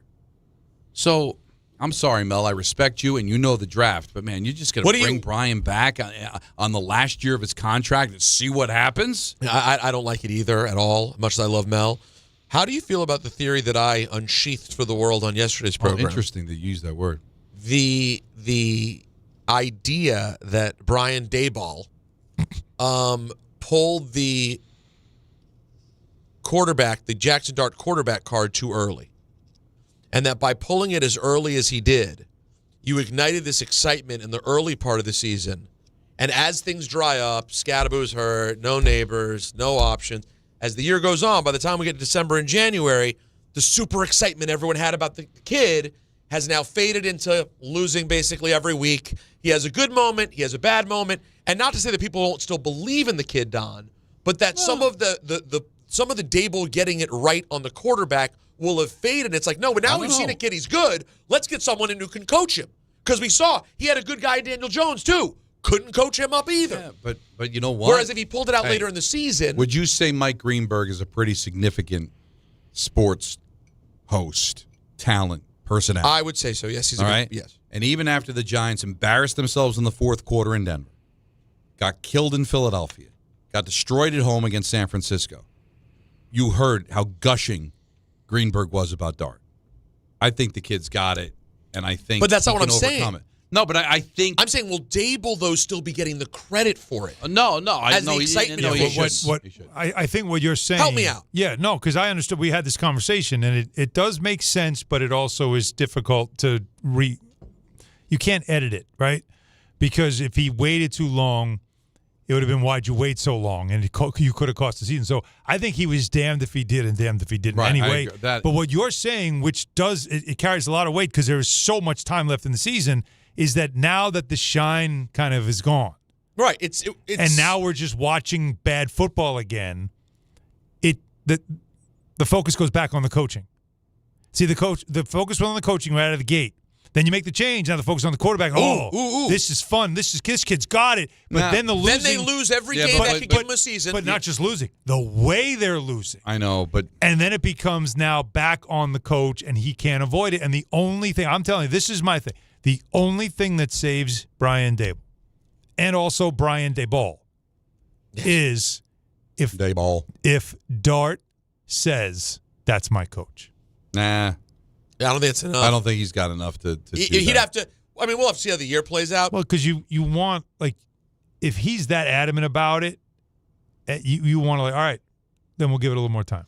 And because you don't want to get him messed up. Here's why. That's the only way you might think about it. And that's a might. But it's now, looked really bad. there is no reason besides the quarterback to even hang on to the thought of bringing Brian Dable back, because they played awful. They're 2-7. Well, the only thing he's got going for him is you don't want to mess the kid up, and he gets credit for how well the kid plays. Yes. If the kid continues to play well, even if they lose, there will still be that contingent of people that'll say, Dable's responsible for this. Look how well he played. They'll make excuses about the injuries. They'll make excuses about the schedule.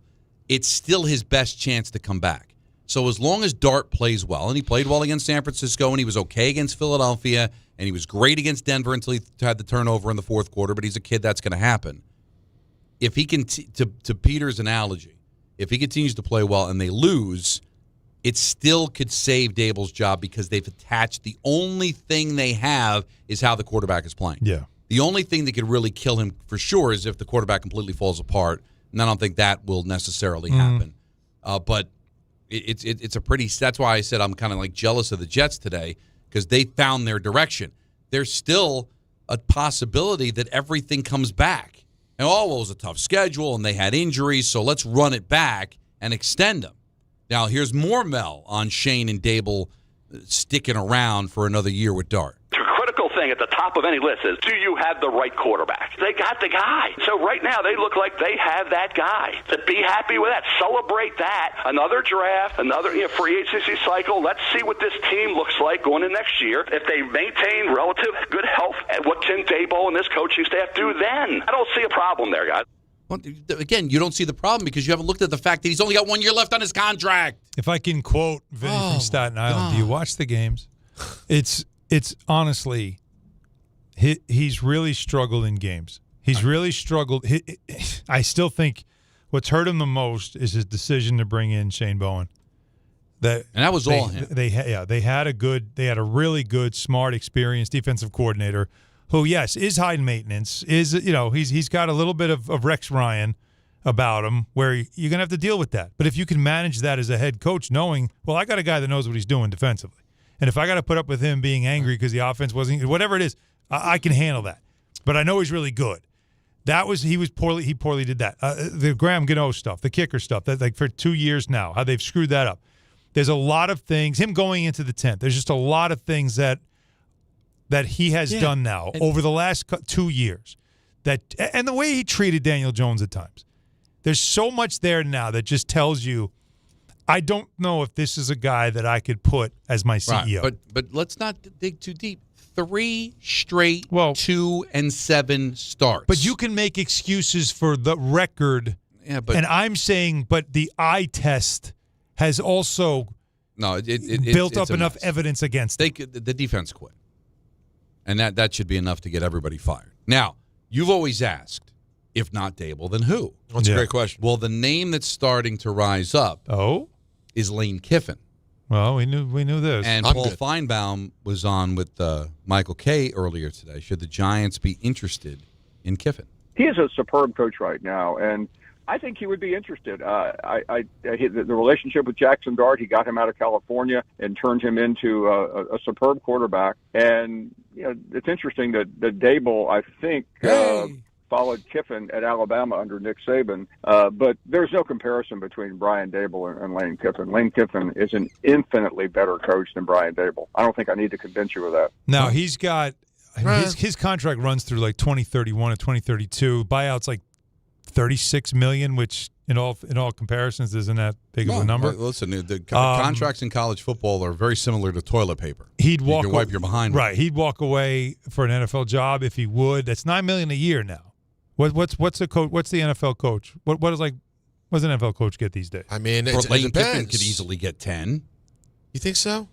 Well, what's his name in are the best Chicago coaches from in Detroit? Are the best coach Ben Johnson? Ben Johnson got 10.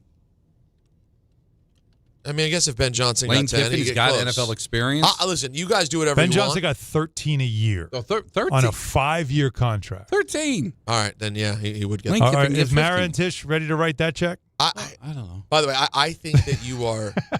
I think you're crazy. I know how good he is as a college coach. Well, the relationship with the quarterback and knowing his offense is the obvious connection. And that's sexy, too. Don't get me wrong. What you're hoping for. I just feel like I see it with the college coaches go not well so often. How amazing would he be in this market, though? Oh, God. You talk about just every day we'd have to play audio. It would be great. Every day. And imagine how strongly Mr. Keegan would feel about it. Now, you remember Kiffin, he was with the Raiders. You remember this, don't you? Yes, it was brief. Now, if I'm not wasn't good. Was there a meltdown? A meltdown in LA? It was a really bad divorce. I got to revisit that. I don't even remember. I think there was something with. I just want to double check. I don't want to speak out of school, but I want to look at the order too.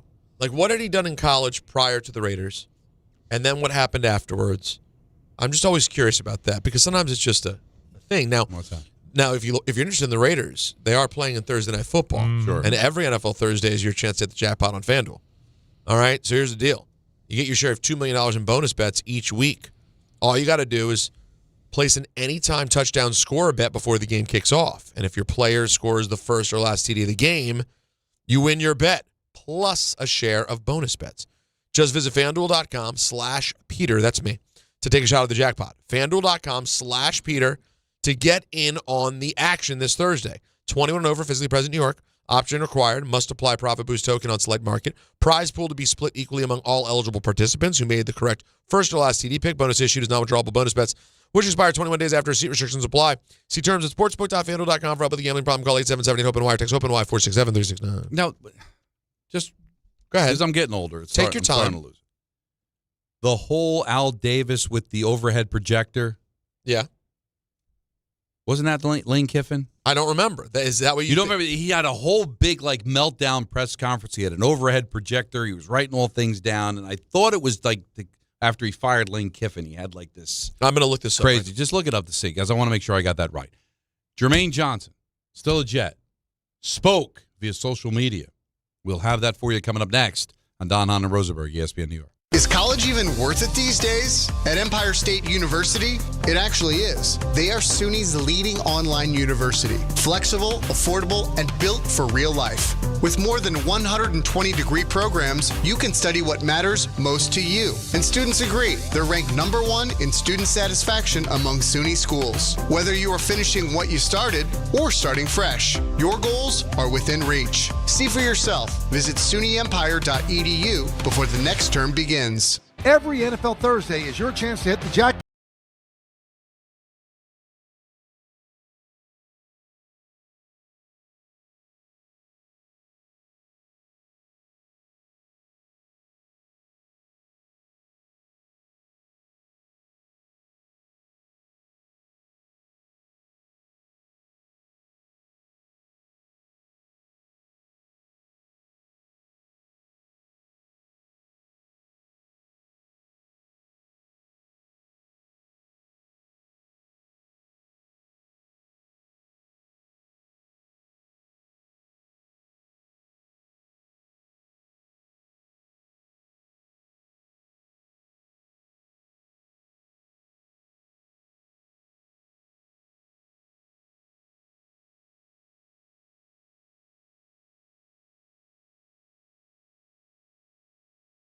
$369. Did you know women account for 2/3 of all Americans living with Alzheimer's and 2/3 of all Alzheimer's family caregivers? Join the Alzheimer's Foundation of America at its Women Empowerment Forum on November 5th in Amityville to learn practical ways women can reduce their risk for Alzheimer's and enhance quality of life for themselves and their loved ones living with Alzheimer's. For more information or to register, visit alzfdn.org or call 866-232-8484. Right now, police are stepping up patrols to make sure drivers and pedestrians obey our crosswalk laws. Why? Because every year in New York, people are injured or killed just crossing the street. So remember, pedestrians, obey traffic signals and use crosswalks. And drivers, yield to pedestrians in crosswalks. If you don't, we will educate you on the law. And you may get a ticket, because tickets get attention, and that saves lives. A message from the Governor's Traffic Safety Committee. If you've been injured in an accident that wasn't your fault, then you need a lawyer who knows New York's unique personal injury and workers' compensation laws. At the Parisman Firm, they have decades of experience handling all types of accident cases and a proven track record of delivering huge results. Their team has already recovered nearly $1 billion for injured New Yorkers. From construction to car accidents and slips and falls, they've got you covered. Call the Parisman Firm now at 718-WORKERS, where your case is their cause. Get the justice you deserve today. Hey, it's Alan Hahn. Let me tell you about my friends at Bath Fitter. They remodeled the bath by my pool. They converted a tub into a shower. The result is amazing. Bath Fitter offers all types of custom bath renovations, including their unique PermaFit solution for a watertight fit. It's done in one day, easy to clean, and durable with no demo or mess, and it costs less than a standard replacement, plus a lifetime guarantee. Right now, you get no money down, no payments or interest until 2027. So start designing your bath today at bathfitter.com. There's only one Bath Fitter. Actual price will depend on product and subscription plan. Featured products are compounded drug products, which the FDA does not approve or verify for safety, effectiveness, or quality. Prescription products require an online consultation with a healthcare provider who will determine if appropriate. See website for details, restrictions, and important safety information. Want a boost in and out of the bedroom? Hims has you covered. Introducing a new 2-in-1 approach to level up your game. Tadalafil for better bedroom performance and zinc for testosterone support. Put it all together and you've got what you need to turn things all the way up. Getting started is simple. Just go to hims.com/joy to start your free online visit. Through Hims, you can access ED treatments including pills, chews, and more. 100% online. No office visits, no pharmacy lines. Just fill out a simple intake form and a licensed medical provider will determine if treatment's right for you. If prescribed, it ships free and discreetly to your door. Find affordable treatment options at up to 95% less than brand names at hims.com/joy. That's hims.com/joy, HIMS.com/JOY. From the regular season to the Super Bowl, ESPN New York is your destination for football. We've got crazy fans. If the Giants somehow beat the Cowboys, I'm going to take a dump on your head. You can feel good because you're a damn football team. Expert analysis. Marcus Spears joins us now. ESPN NFL analyst Damian Woody. Mel Kiper Jr. The Hall of Famer Steve Young. He's kind of our resident general manager, Louis Riddick. We got Mike Tannenbaum right now. And all your fantasy and wagering needs. This is ESPN New York. We are football. So Jermaine Johnson stays a Jet. It's about 40 minutes ago he tweeted this out. Get your thoughts on it. I'd be lying if I said I was happy my brothers are gone because I'm not. I'm sick. But I believe strongly in the organization staff and my other brothers in the locker room. I said when I got drafted I wanted to be the reason or part of the reason this thing gets changed for the better. And that's going to continue to be my outlook. I love this team and this fan base, and you all will continue to get my all, my absolute best on and off the field. Let's look onward and upward because better things are coming, and I give my word on that. Go Jets always, with a green heart. He sounds like a guy that knows that he was on the table, and if somebody would have made an offer, he would have been gone. Is he disappointed that he's not free? I would think so. Because, there is this thought of escape from New York. Hey. You know? They know what's going on. They know what this is. Now, listen. It's the, hey, you got out. Good for you. Diana Rossini tweeted out earlier that, according to sources, the Jets were offered to make deals within the division, and they declined. Because they didn't want to make teams. I'm assuming the Patriots and the Bills, Dolphins, I don't think are making any trades right now. So if the New England Patriots or Buffalo Bills had offered a second-round pick to the Jets for Jermaine Johnson, I think they would have pulled and they pulled the trigger. I think he'd be a happy man. I'm not being disrespectful to the Jets. He's got a chance to go play, and with a chance in New England to go to the playoffs, and the Bills to go to a Super Bowl. Well, why would he balk at that? But that didn't happen. And now he's with the Jets, and he's trying to make the best of the situation. I think both could be true. I think it was New England. It would probably be New England. It was the Patriots who I think were in on him. Right. Or wanted to get him, and the Jets were like, well, he's not. And I'm with Greeny. I don't – because the Mets and Yankees pull that garbage too. I don't want to make the other team better. Come on. You can make yourself this is better. divisional, but it's still silly. What if I told you Woody Johnson's the one who said no? Well, that would make sense. Especially because if he paid attention to John Mara and John Mara being sick to see Saquon Barkley going to the Eagles, Woody Johnson's like, I don't want to see Well, that. first of all, no offense to Jermaine Johnson. But he's not Saquon Barkley. No, I don't mean Jermaine Johnson. I'm saying Breece Hall. Oh, the Breece Hall. This is the Breece Hall. Breece Hall isn't Saquon Barkley. I'm about to say, same point. Well, but you're right. If you listen to Bart Scott, he is. Did you hear Bart? I think. But the Jets don't look at him that way. Look at the offense. You'd think they would feature him, and they don't. I know, but I'm Breece just Hall saying, wasn't taken second overall. All right, but if I'm telling you that Mougey had an offer from the Patriots for Breece Hall for the asking price of a third-round pick, and Woody Johnson said no because I don't want him going to the Patriots, how would you feel about that? Is that bad business? It wouldn't necessarily be bad business to Bart's point because maybe Hall can be a part of the future of this team. He just said he's going to give him a contract. Bart says he believes that. Yeah. Does it look like they look at him as a big piece of the offense? They didn't give him a contract and when they gave Wilson. They also don't feature him. They don't feature him. They didn't give him a contract when they gave Wilson and Sauce a deal.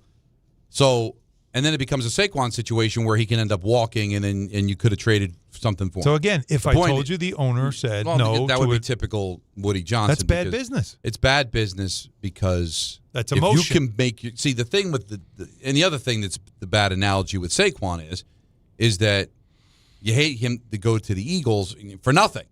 But if they had traded him the year before to Philadelphia and you got like a second or third round pick, it would still stink that he won the Super Bowl, but you got something for him. Right. So I know you hate the Patriots and all that stuff, but if you got a chance to get a pick for a player you don't think's a part of your future and you didn't do it because you didn't want to make the Patriots, that's stupid. I worry that that's what happened. I worry that that's what happened because I had heard that the Patriots. I mean, clearly they're looking for a running back, right? And I had heard that he was a guy that they had great interest in. Why wouldn't they? Of course they should. And wouldn't you, if you're as close as the Patriots are? But why wouldn't the Jets do it? If you're as close as the Patriots are, you're telling me second-round pick, third-round pick wouldn't be worth it to add that to a team that's got a chance? Right. And again, right. All of it makes sense. But you're right. Woody would be the reason why not. If the owner stepped in and said like the sound of that. He can't go to the Patriots, and you're like, all right, well, he can't go then. And now you're Breece Hall, he deleted some tweets, but that like what had he said? Well, it deleted. The problem is that they're not there anymore. So I was trying to it doesn't look like anybody screen grabbed them. But there's no way he wants to be here. But the report was he wanted to be traded. Well, and by the way, you're not even allowed to be offended by that. No. Sorry. You cannot, as a fan or teammate, no one can be offended by Breece Hall saying, it is clearly on the table now, based on how this team was gutted today, that they may not win another game. That's on the table. Now, I think they will still win another game, but, that I'm sure the objective is part of this is like, hey, I'm not saying we're tanking, but it wouldn't be the worst thing in the world if we ended up 1-16 because we need a quarterback. Now, I don't know, are the Saints going to win another game? Are the Titans going to win another game? That was my favorite part of Greeny. Like, even when he's talking about the Jets blowing it up, he still has some sort of insane optimism about winning. Where he's like, let's say the Jets come in third or fourth. I'm like, Greeny, there's a very good chance they're the worst team in football. What? They have the worst win total in the NFL as we speak. There's a good chance they'll be sitting there at the end of the year. And I got to tell you, again, I don't want to say they just unloaded their best players, for God's sake. I was in Anaheim Sunday. So I listened to the Giant game on Sirius. Papa and Banks, great. The game they gave me, Fox didn't have a doubleheader, so I did not have, for me, a 10 a.m. game on Fox. So there was none? So nothing. I get my CBS game, and it makes sense from where I was the Chargers and Titans. Now, that happened to be my three-point play. I don't know what it is about my three-point plays. I can't hit them on. So I end up watching more of that game than any human being really should have. Yeah, sure. Titans weren't bad. Yeah. They could play some D. They got to Herbert. How did Ward look? He was abused pretty. Chargers got to him, and it's a good defense. But because it was my 3-point play, he was able to put together a drive late to kick a field goal to make a 10-point game a 7-point game. There you go. Then I'm like, you know what? Lose, you animals. And then of course, then he's getting sacked. Can't do anything. But the point is that I watched a lot of that game, and the Titans, I think, will win another game. The Saints, I don't know. Because the Saints look like they've taken a knee on even playing. They don't want to win. They need a quarterback. They don't want to win. The Saints got to play the Giants again. They don't want to win. Well, that's not going to happen. No, they don't want to win, but the Jets don't want to win either. The Jets Clearly. are down a lot of players. They did all they could today. If you're Breece Hall, how do you even approach the rest of the season? Right. Well, what do you honestly, if you think about it, for a while you tell yourself, I'm putting stuff on tape, want to get teams interested in me, right? So you still have that motivation. Now if you're like, all right, they didn't trade me, and these clowns are probably going to franchise tag me now. Like this. And you have to remember, too. He doesn't want to be here, man. You have to remember, too, with running backs, when you find out they're rebuilding and they want to keep you around, if they keep you around, that could mean your entire window of your prime is over. I know. It's gone. It's here. I know. But we'll see. Maybe they'll give him a contract, as Bart suggested. Let's go to Jamie in New Jersey. You're on ESPN New York. What's up, Jamie? You got with me? Yeah, sure. What's up? Nothing, man. I was just, listening on all the things you guys are talking about. But I was on the. You're talking about Jets, but I'm on the Jets whole situation. But I was more on the Giants piece. Go ahead. On the Daboll. Well, you know what? My feel is, I think you keep Daboll. Why? Keep the stability for the kid. But the stability's bad, man. 2-7, 3 straight years. He's not a good coach, Jamie.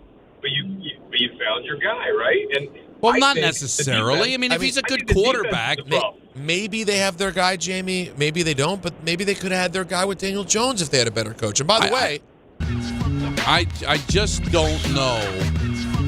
Yeah, he's. Listen, he couldn't. He was ripping a bong hit when I called on him. But that's good. It's good being high as long as you're not, operating a motor vehicle, right? Or, trimming the hedges. But this whole idea with the stability. What stability? I'm on a cracked chair. I'm in the air. I'm 3 feet off the ground, but the chair's falling apart. But it's better than not having a chair at all.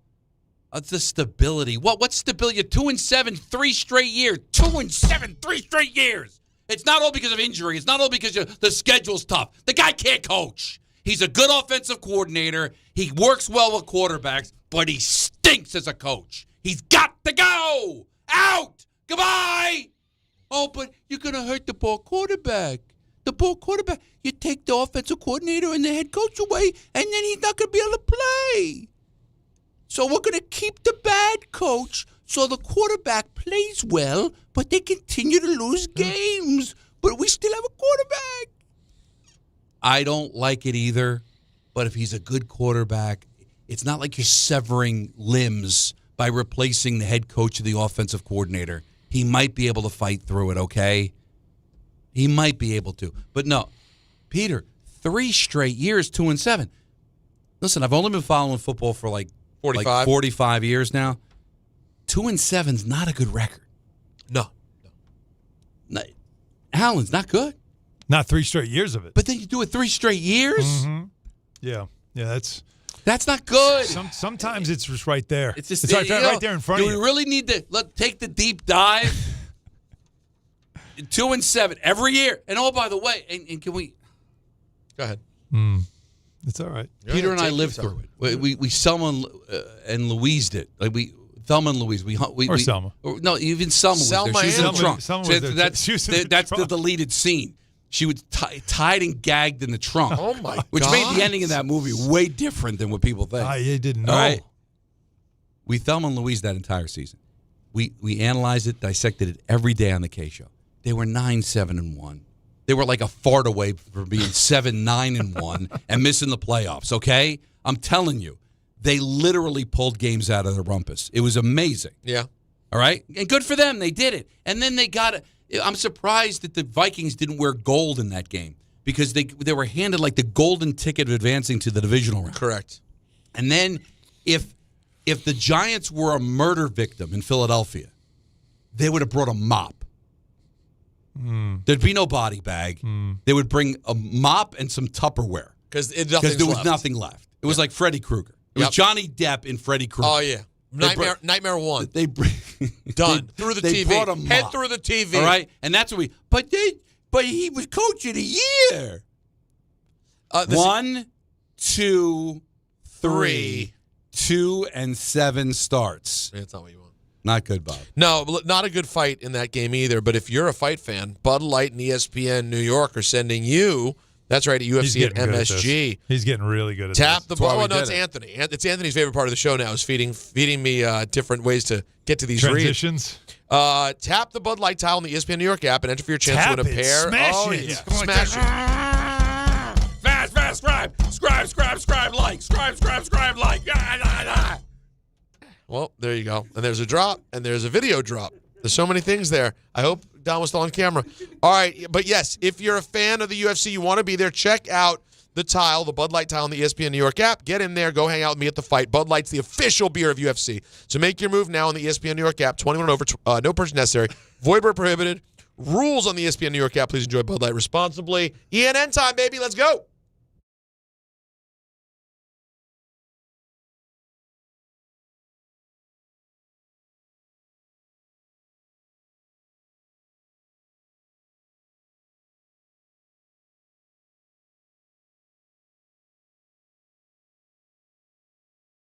Now let's take a look at the traffic with Brandy Scott. Thanks so much, guys. Islanders are home tonight at the UBS Arena. If you're heading that way using the westbound northern state in Nassau County, crash off to the shoulder by New Hyde Park Road. Police and ambulance on the scene. Bumper to bumper with everybody stopping to take a look from Willis Avenue. Grand Central westbound keeps you heavy heading over to the Cross Island. FDR northbound now shut down with this crash underneath Gracie Mansion. Traffic is stopped heading into the 90s from the 20s. Not too bad heading over to the outbound George on the southbound Deegan and Henry Hudson. Cross Bronx westbound packed from the Bronx River Parkway. Inbound George, no big issues for both the upper and lower decks. Outbound Lincoln and Holland tunnels are only about 10 to 15 minutes each. This report is sponsored by the New York City Department of Transportation. Speeding ruins lives. Drivers, watch out for pedestrians and cyclists and slow your turns to less than 5 miles an hour. I'm Brandy Scott on 880 ESPN New York.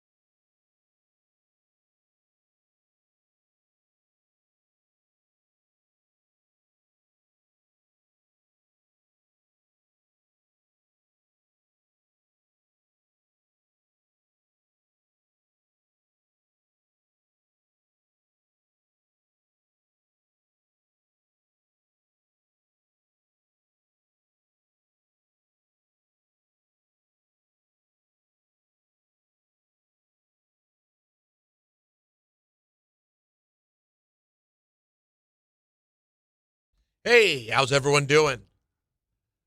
Fantastic. And yourself? Oh, swell. Good. Welcome to ENN. Ray-Ro. You ever watch YouTube? I'd like to start off by saying good evening to Alan. Sauce was everywhere. And good evening to Don. Now, you were born in Yonkers. How long did you stay in New York? Who, me? Yeah. I went to. I'm like. What a moment. I wanted a little something. A little extra. But the fact that you were interviewing him and his response was, who, me? Yeah. It's well, because he wasn't. He was like, you're talking to somebody from Yonkers. I'm not. It's not me. I'm not talking to somebody else. Yonkers guy. Was your response then, right? You were like, yeah. And he was like, no. I kind of want to hear how the next 10 seconds went. I forgot. Now, you were born in Yonkers. How long did you stay in New York? Who, me? Yeah. I knew. Yeah.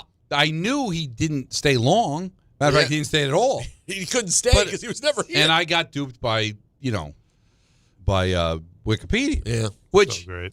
And I'll own it. You have to.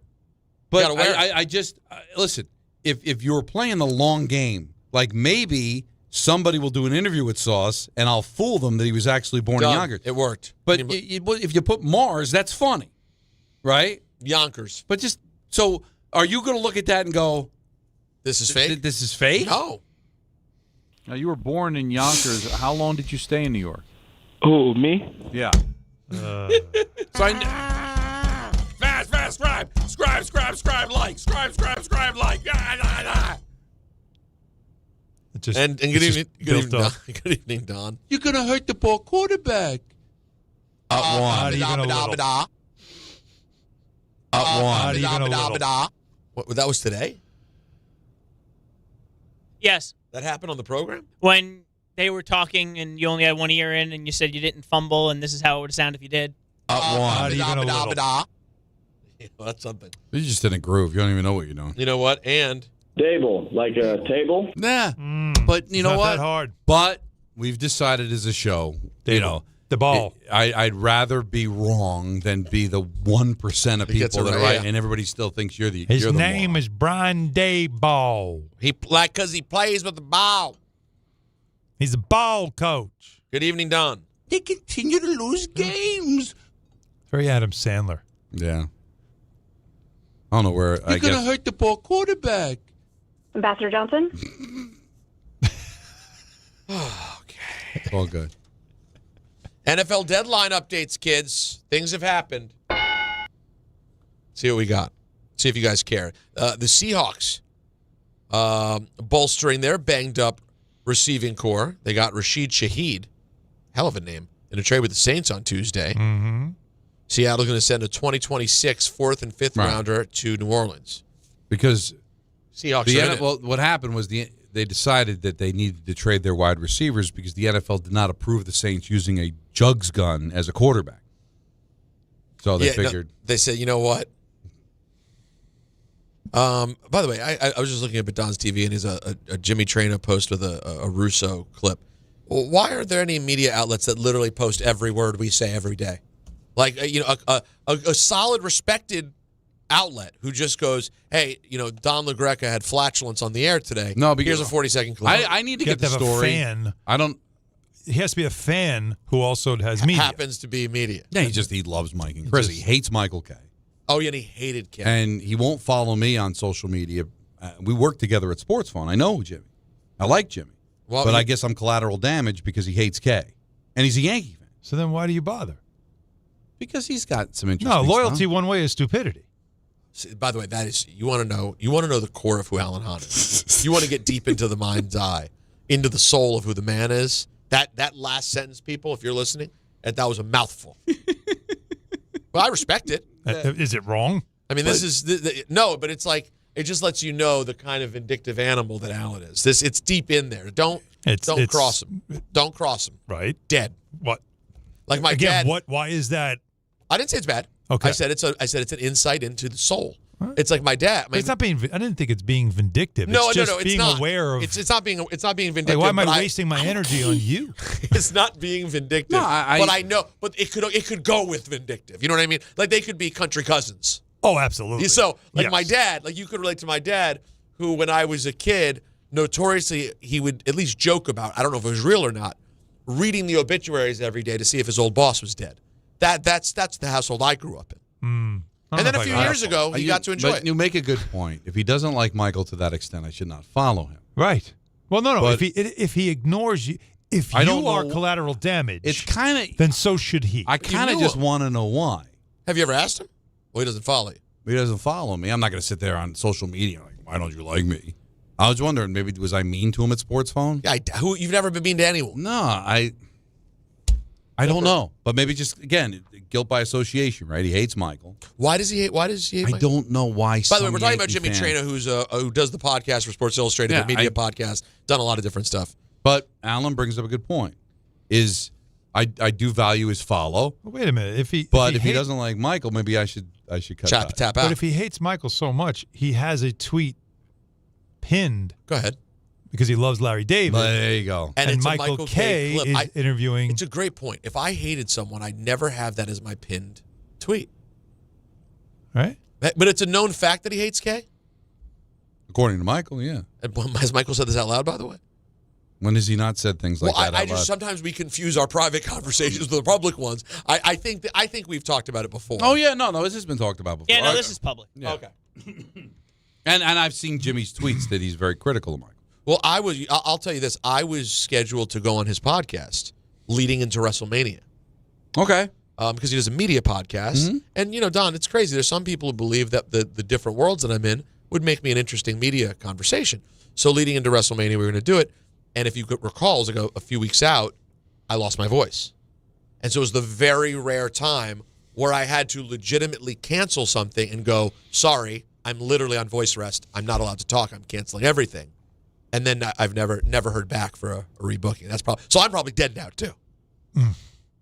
So all we need is Alan to get heat, and then everybody's out, and then you can really feel comfortable where you are. Well, I don't know who he is.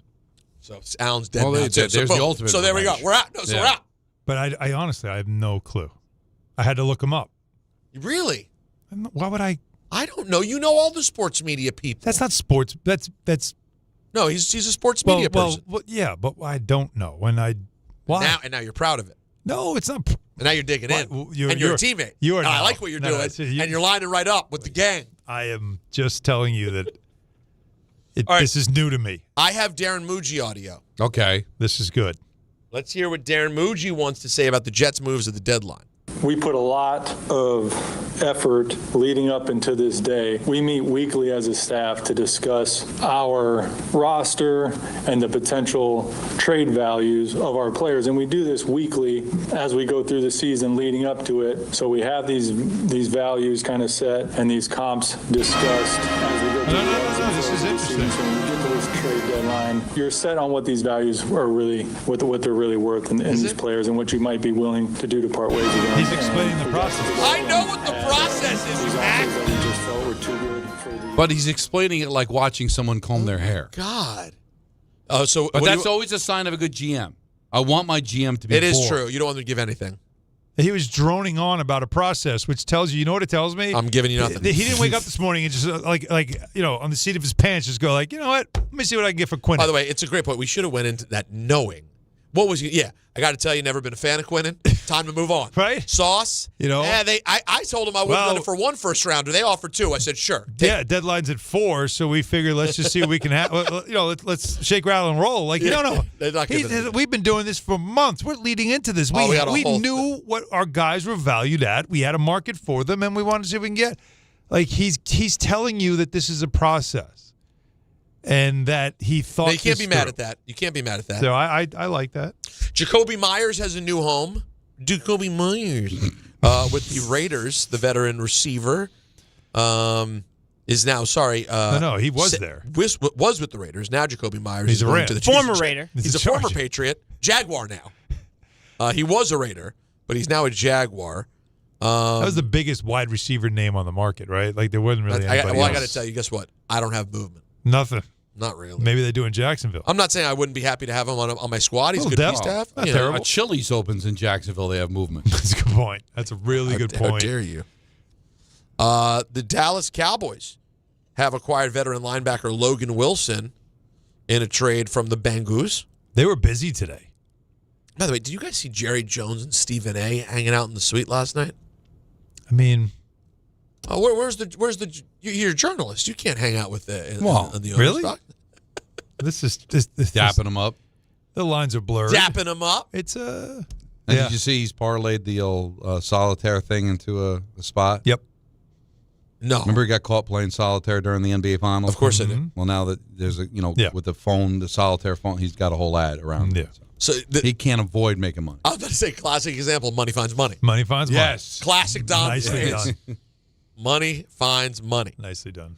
But by the way, quite a game he got to see. That was something. Cowboy. Alan, how'd you do last night? Oh, you know exactly how he did. I know you were the only one to reply. Had a chance. As I dropped every possible F-bomb I could. At least we went 2-1. You're 0-3. You're 7-20. No, Did you go 0-3? You got to shut your mouth. I mean, that's what you get. But you know what the sad part is?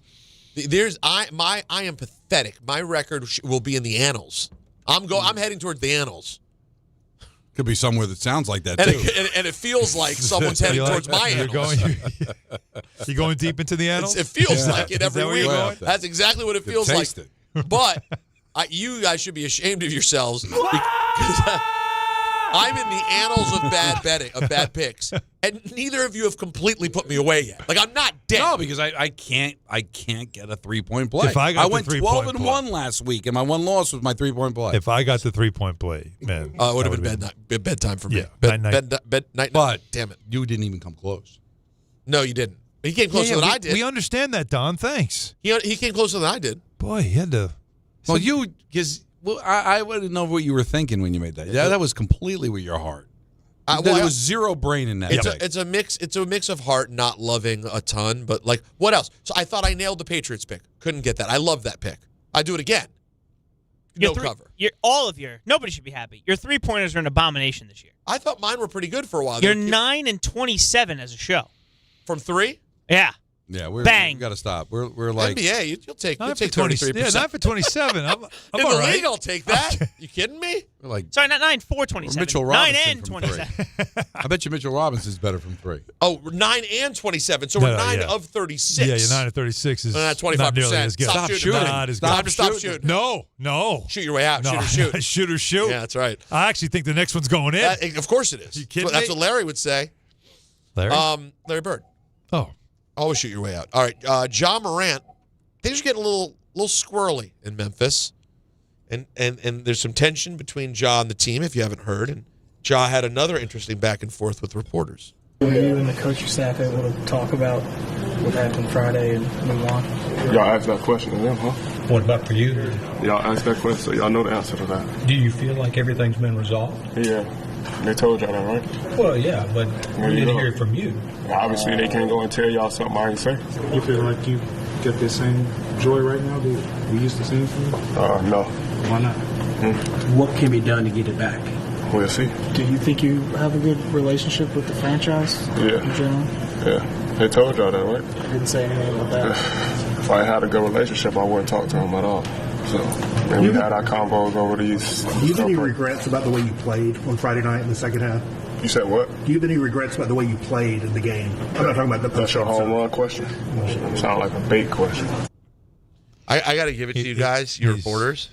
I'm just Don. I'm being honest. I'm here to be honest. I don't have the stones to sit in front of someone who you can tell is on the verge of killing someone. And with John's history, I'm just kidding. Keep picking. That's what you do. You just keep. How do you do it? I wouldn't be able to. Because you know what's coming. You see it, and you know it's coming. And you know, by the way, if he didn't want to, he would have walked away. If he didn't, Peter. If they don't want to, they find a way to avoid you or walk away. True. But he wanted to. He wanted to make sure that everybody knows that we're not good here, and they're saying we're good. Because all the Grizzlies, no, that we talked it out. We're fine. And he's like, well, that's what they said. I guess we're fine. No, we're not. I love that Allen speaks such fluent player because he's been around it so long and seen the things that they do. He's the closest to it that we. But that's what you're getting right now. And because why is he sitting there then? Remember what I said? You don't have to have a scrum at your locker. It's unreal. These are moments though where you know they're good. You're like, oh boy, like this could be good. So is you remember yesterday I mentioned to you how the Ja thing could be interesting if you're a Knicks fan? Yeah. You want me to tell you? Yeah. I have a theory based on nothing.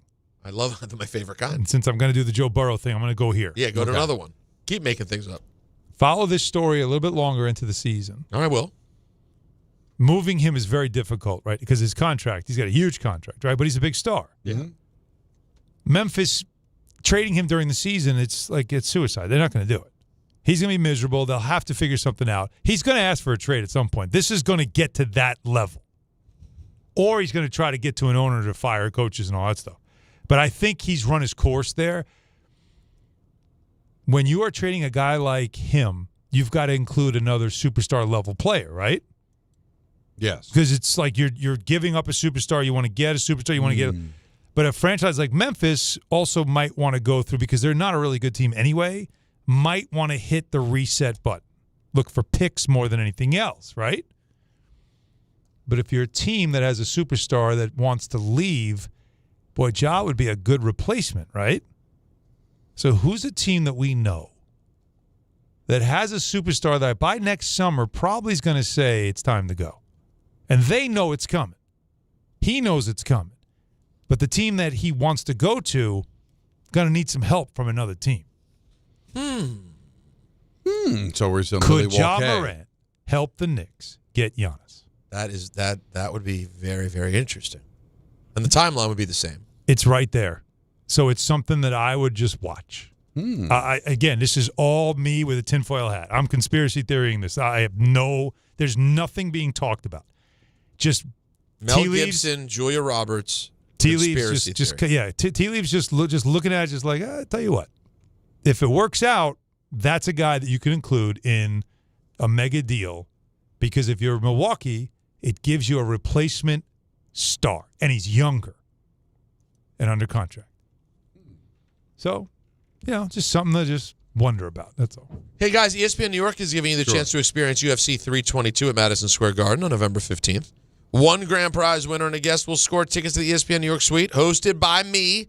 Enjoy the energy of the Garden, the comfort of a private suite, and world-class UFC action alongside one of the biggest sports personalities on planet Earth. Well, no, it's just me. I don't know why they wrote that. Why did they write that? To enter, find the contest tile on the ESPN New York app and submit your entry. It's all brought to you by Bud Light. Proud to be the official beer of UFC. Bud Light, easy to drink, easy to enjoy. Enjoy Bud Light responsibly. Anheuser-Busch, Bud Light Beer, St. Louis, Missouri. Jaylen Brown not happy with the refereeing at the end of the Celtics-Jazz game last night. How bad was the actual play? Did you see it? It's better. It's not great, but his quote is better. Well, here you go. Man, y'all gonna get me fines because you can't have a mistake like that as an official at that point in the game. It's fourth quarter, it's a minute left in the game or less, and the whole staff blows off. You know what I mean? Cost us a game, like unacceptable. You can make mistakes at any point of the game, but right there, that wasn't good. That wasn't good. It's unacceptable. And then they telling me like, we didn't see it. Like, how none of you see it? You can't strip somebody in the fourth quarter and then just be a no call.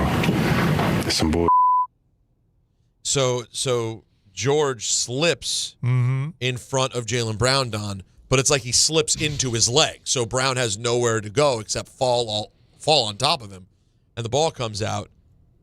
Contact clearly created by George. No call. The 2-minute report is out. That was the incorrect call, according to the NBA. That makes everybody. And that in 250 gets you a nice coffee at a. But it doesn't. What doesn't make sense is that the officials now are wearing, like they have earbuds, and they can talk to the replay center and get calls right. I don't understand how they don't get that call right. Leads to a breakaway the other way for Utah. You can't have it. Yeah. That's such a frustrating feel. I will tell you, though, I know it's not perfect, but lo and behold, here we are. And the Celtics fighting, competing most nights. Now, they're 3-5, but that's not a terrible start for a team that basically completely hit the reset button. When like for Jaylen Brown, it's like, when do you start managing him this season and just knowing? Well, like not for a while. But no, not for a while. Your coach is a psycho. Like he's going to go for it. Someone. Well, it's going to have to be a Brad Stevens conversation with the coach. That'll do it for ENN on this Tuesday evening. All right, back with you tomorrow at 3 o'clock. Dan Gross is next with the pregame. Rangers and Hurricanes. They had a nice little run there at the end in their road trip. Now back home on ESPN New York.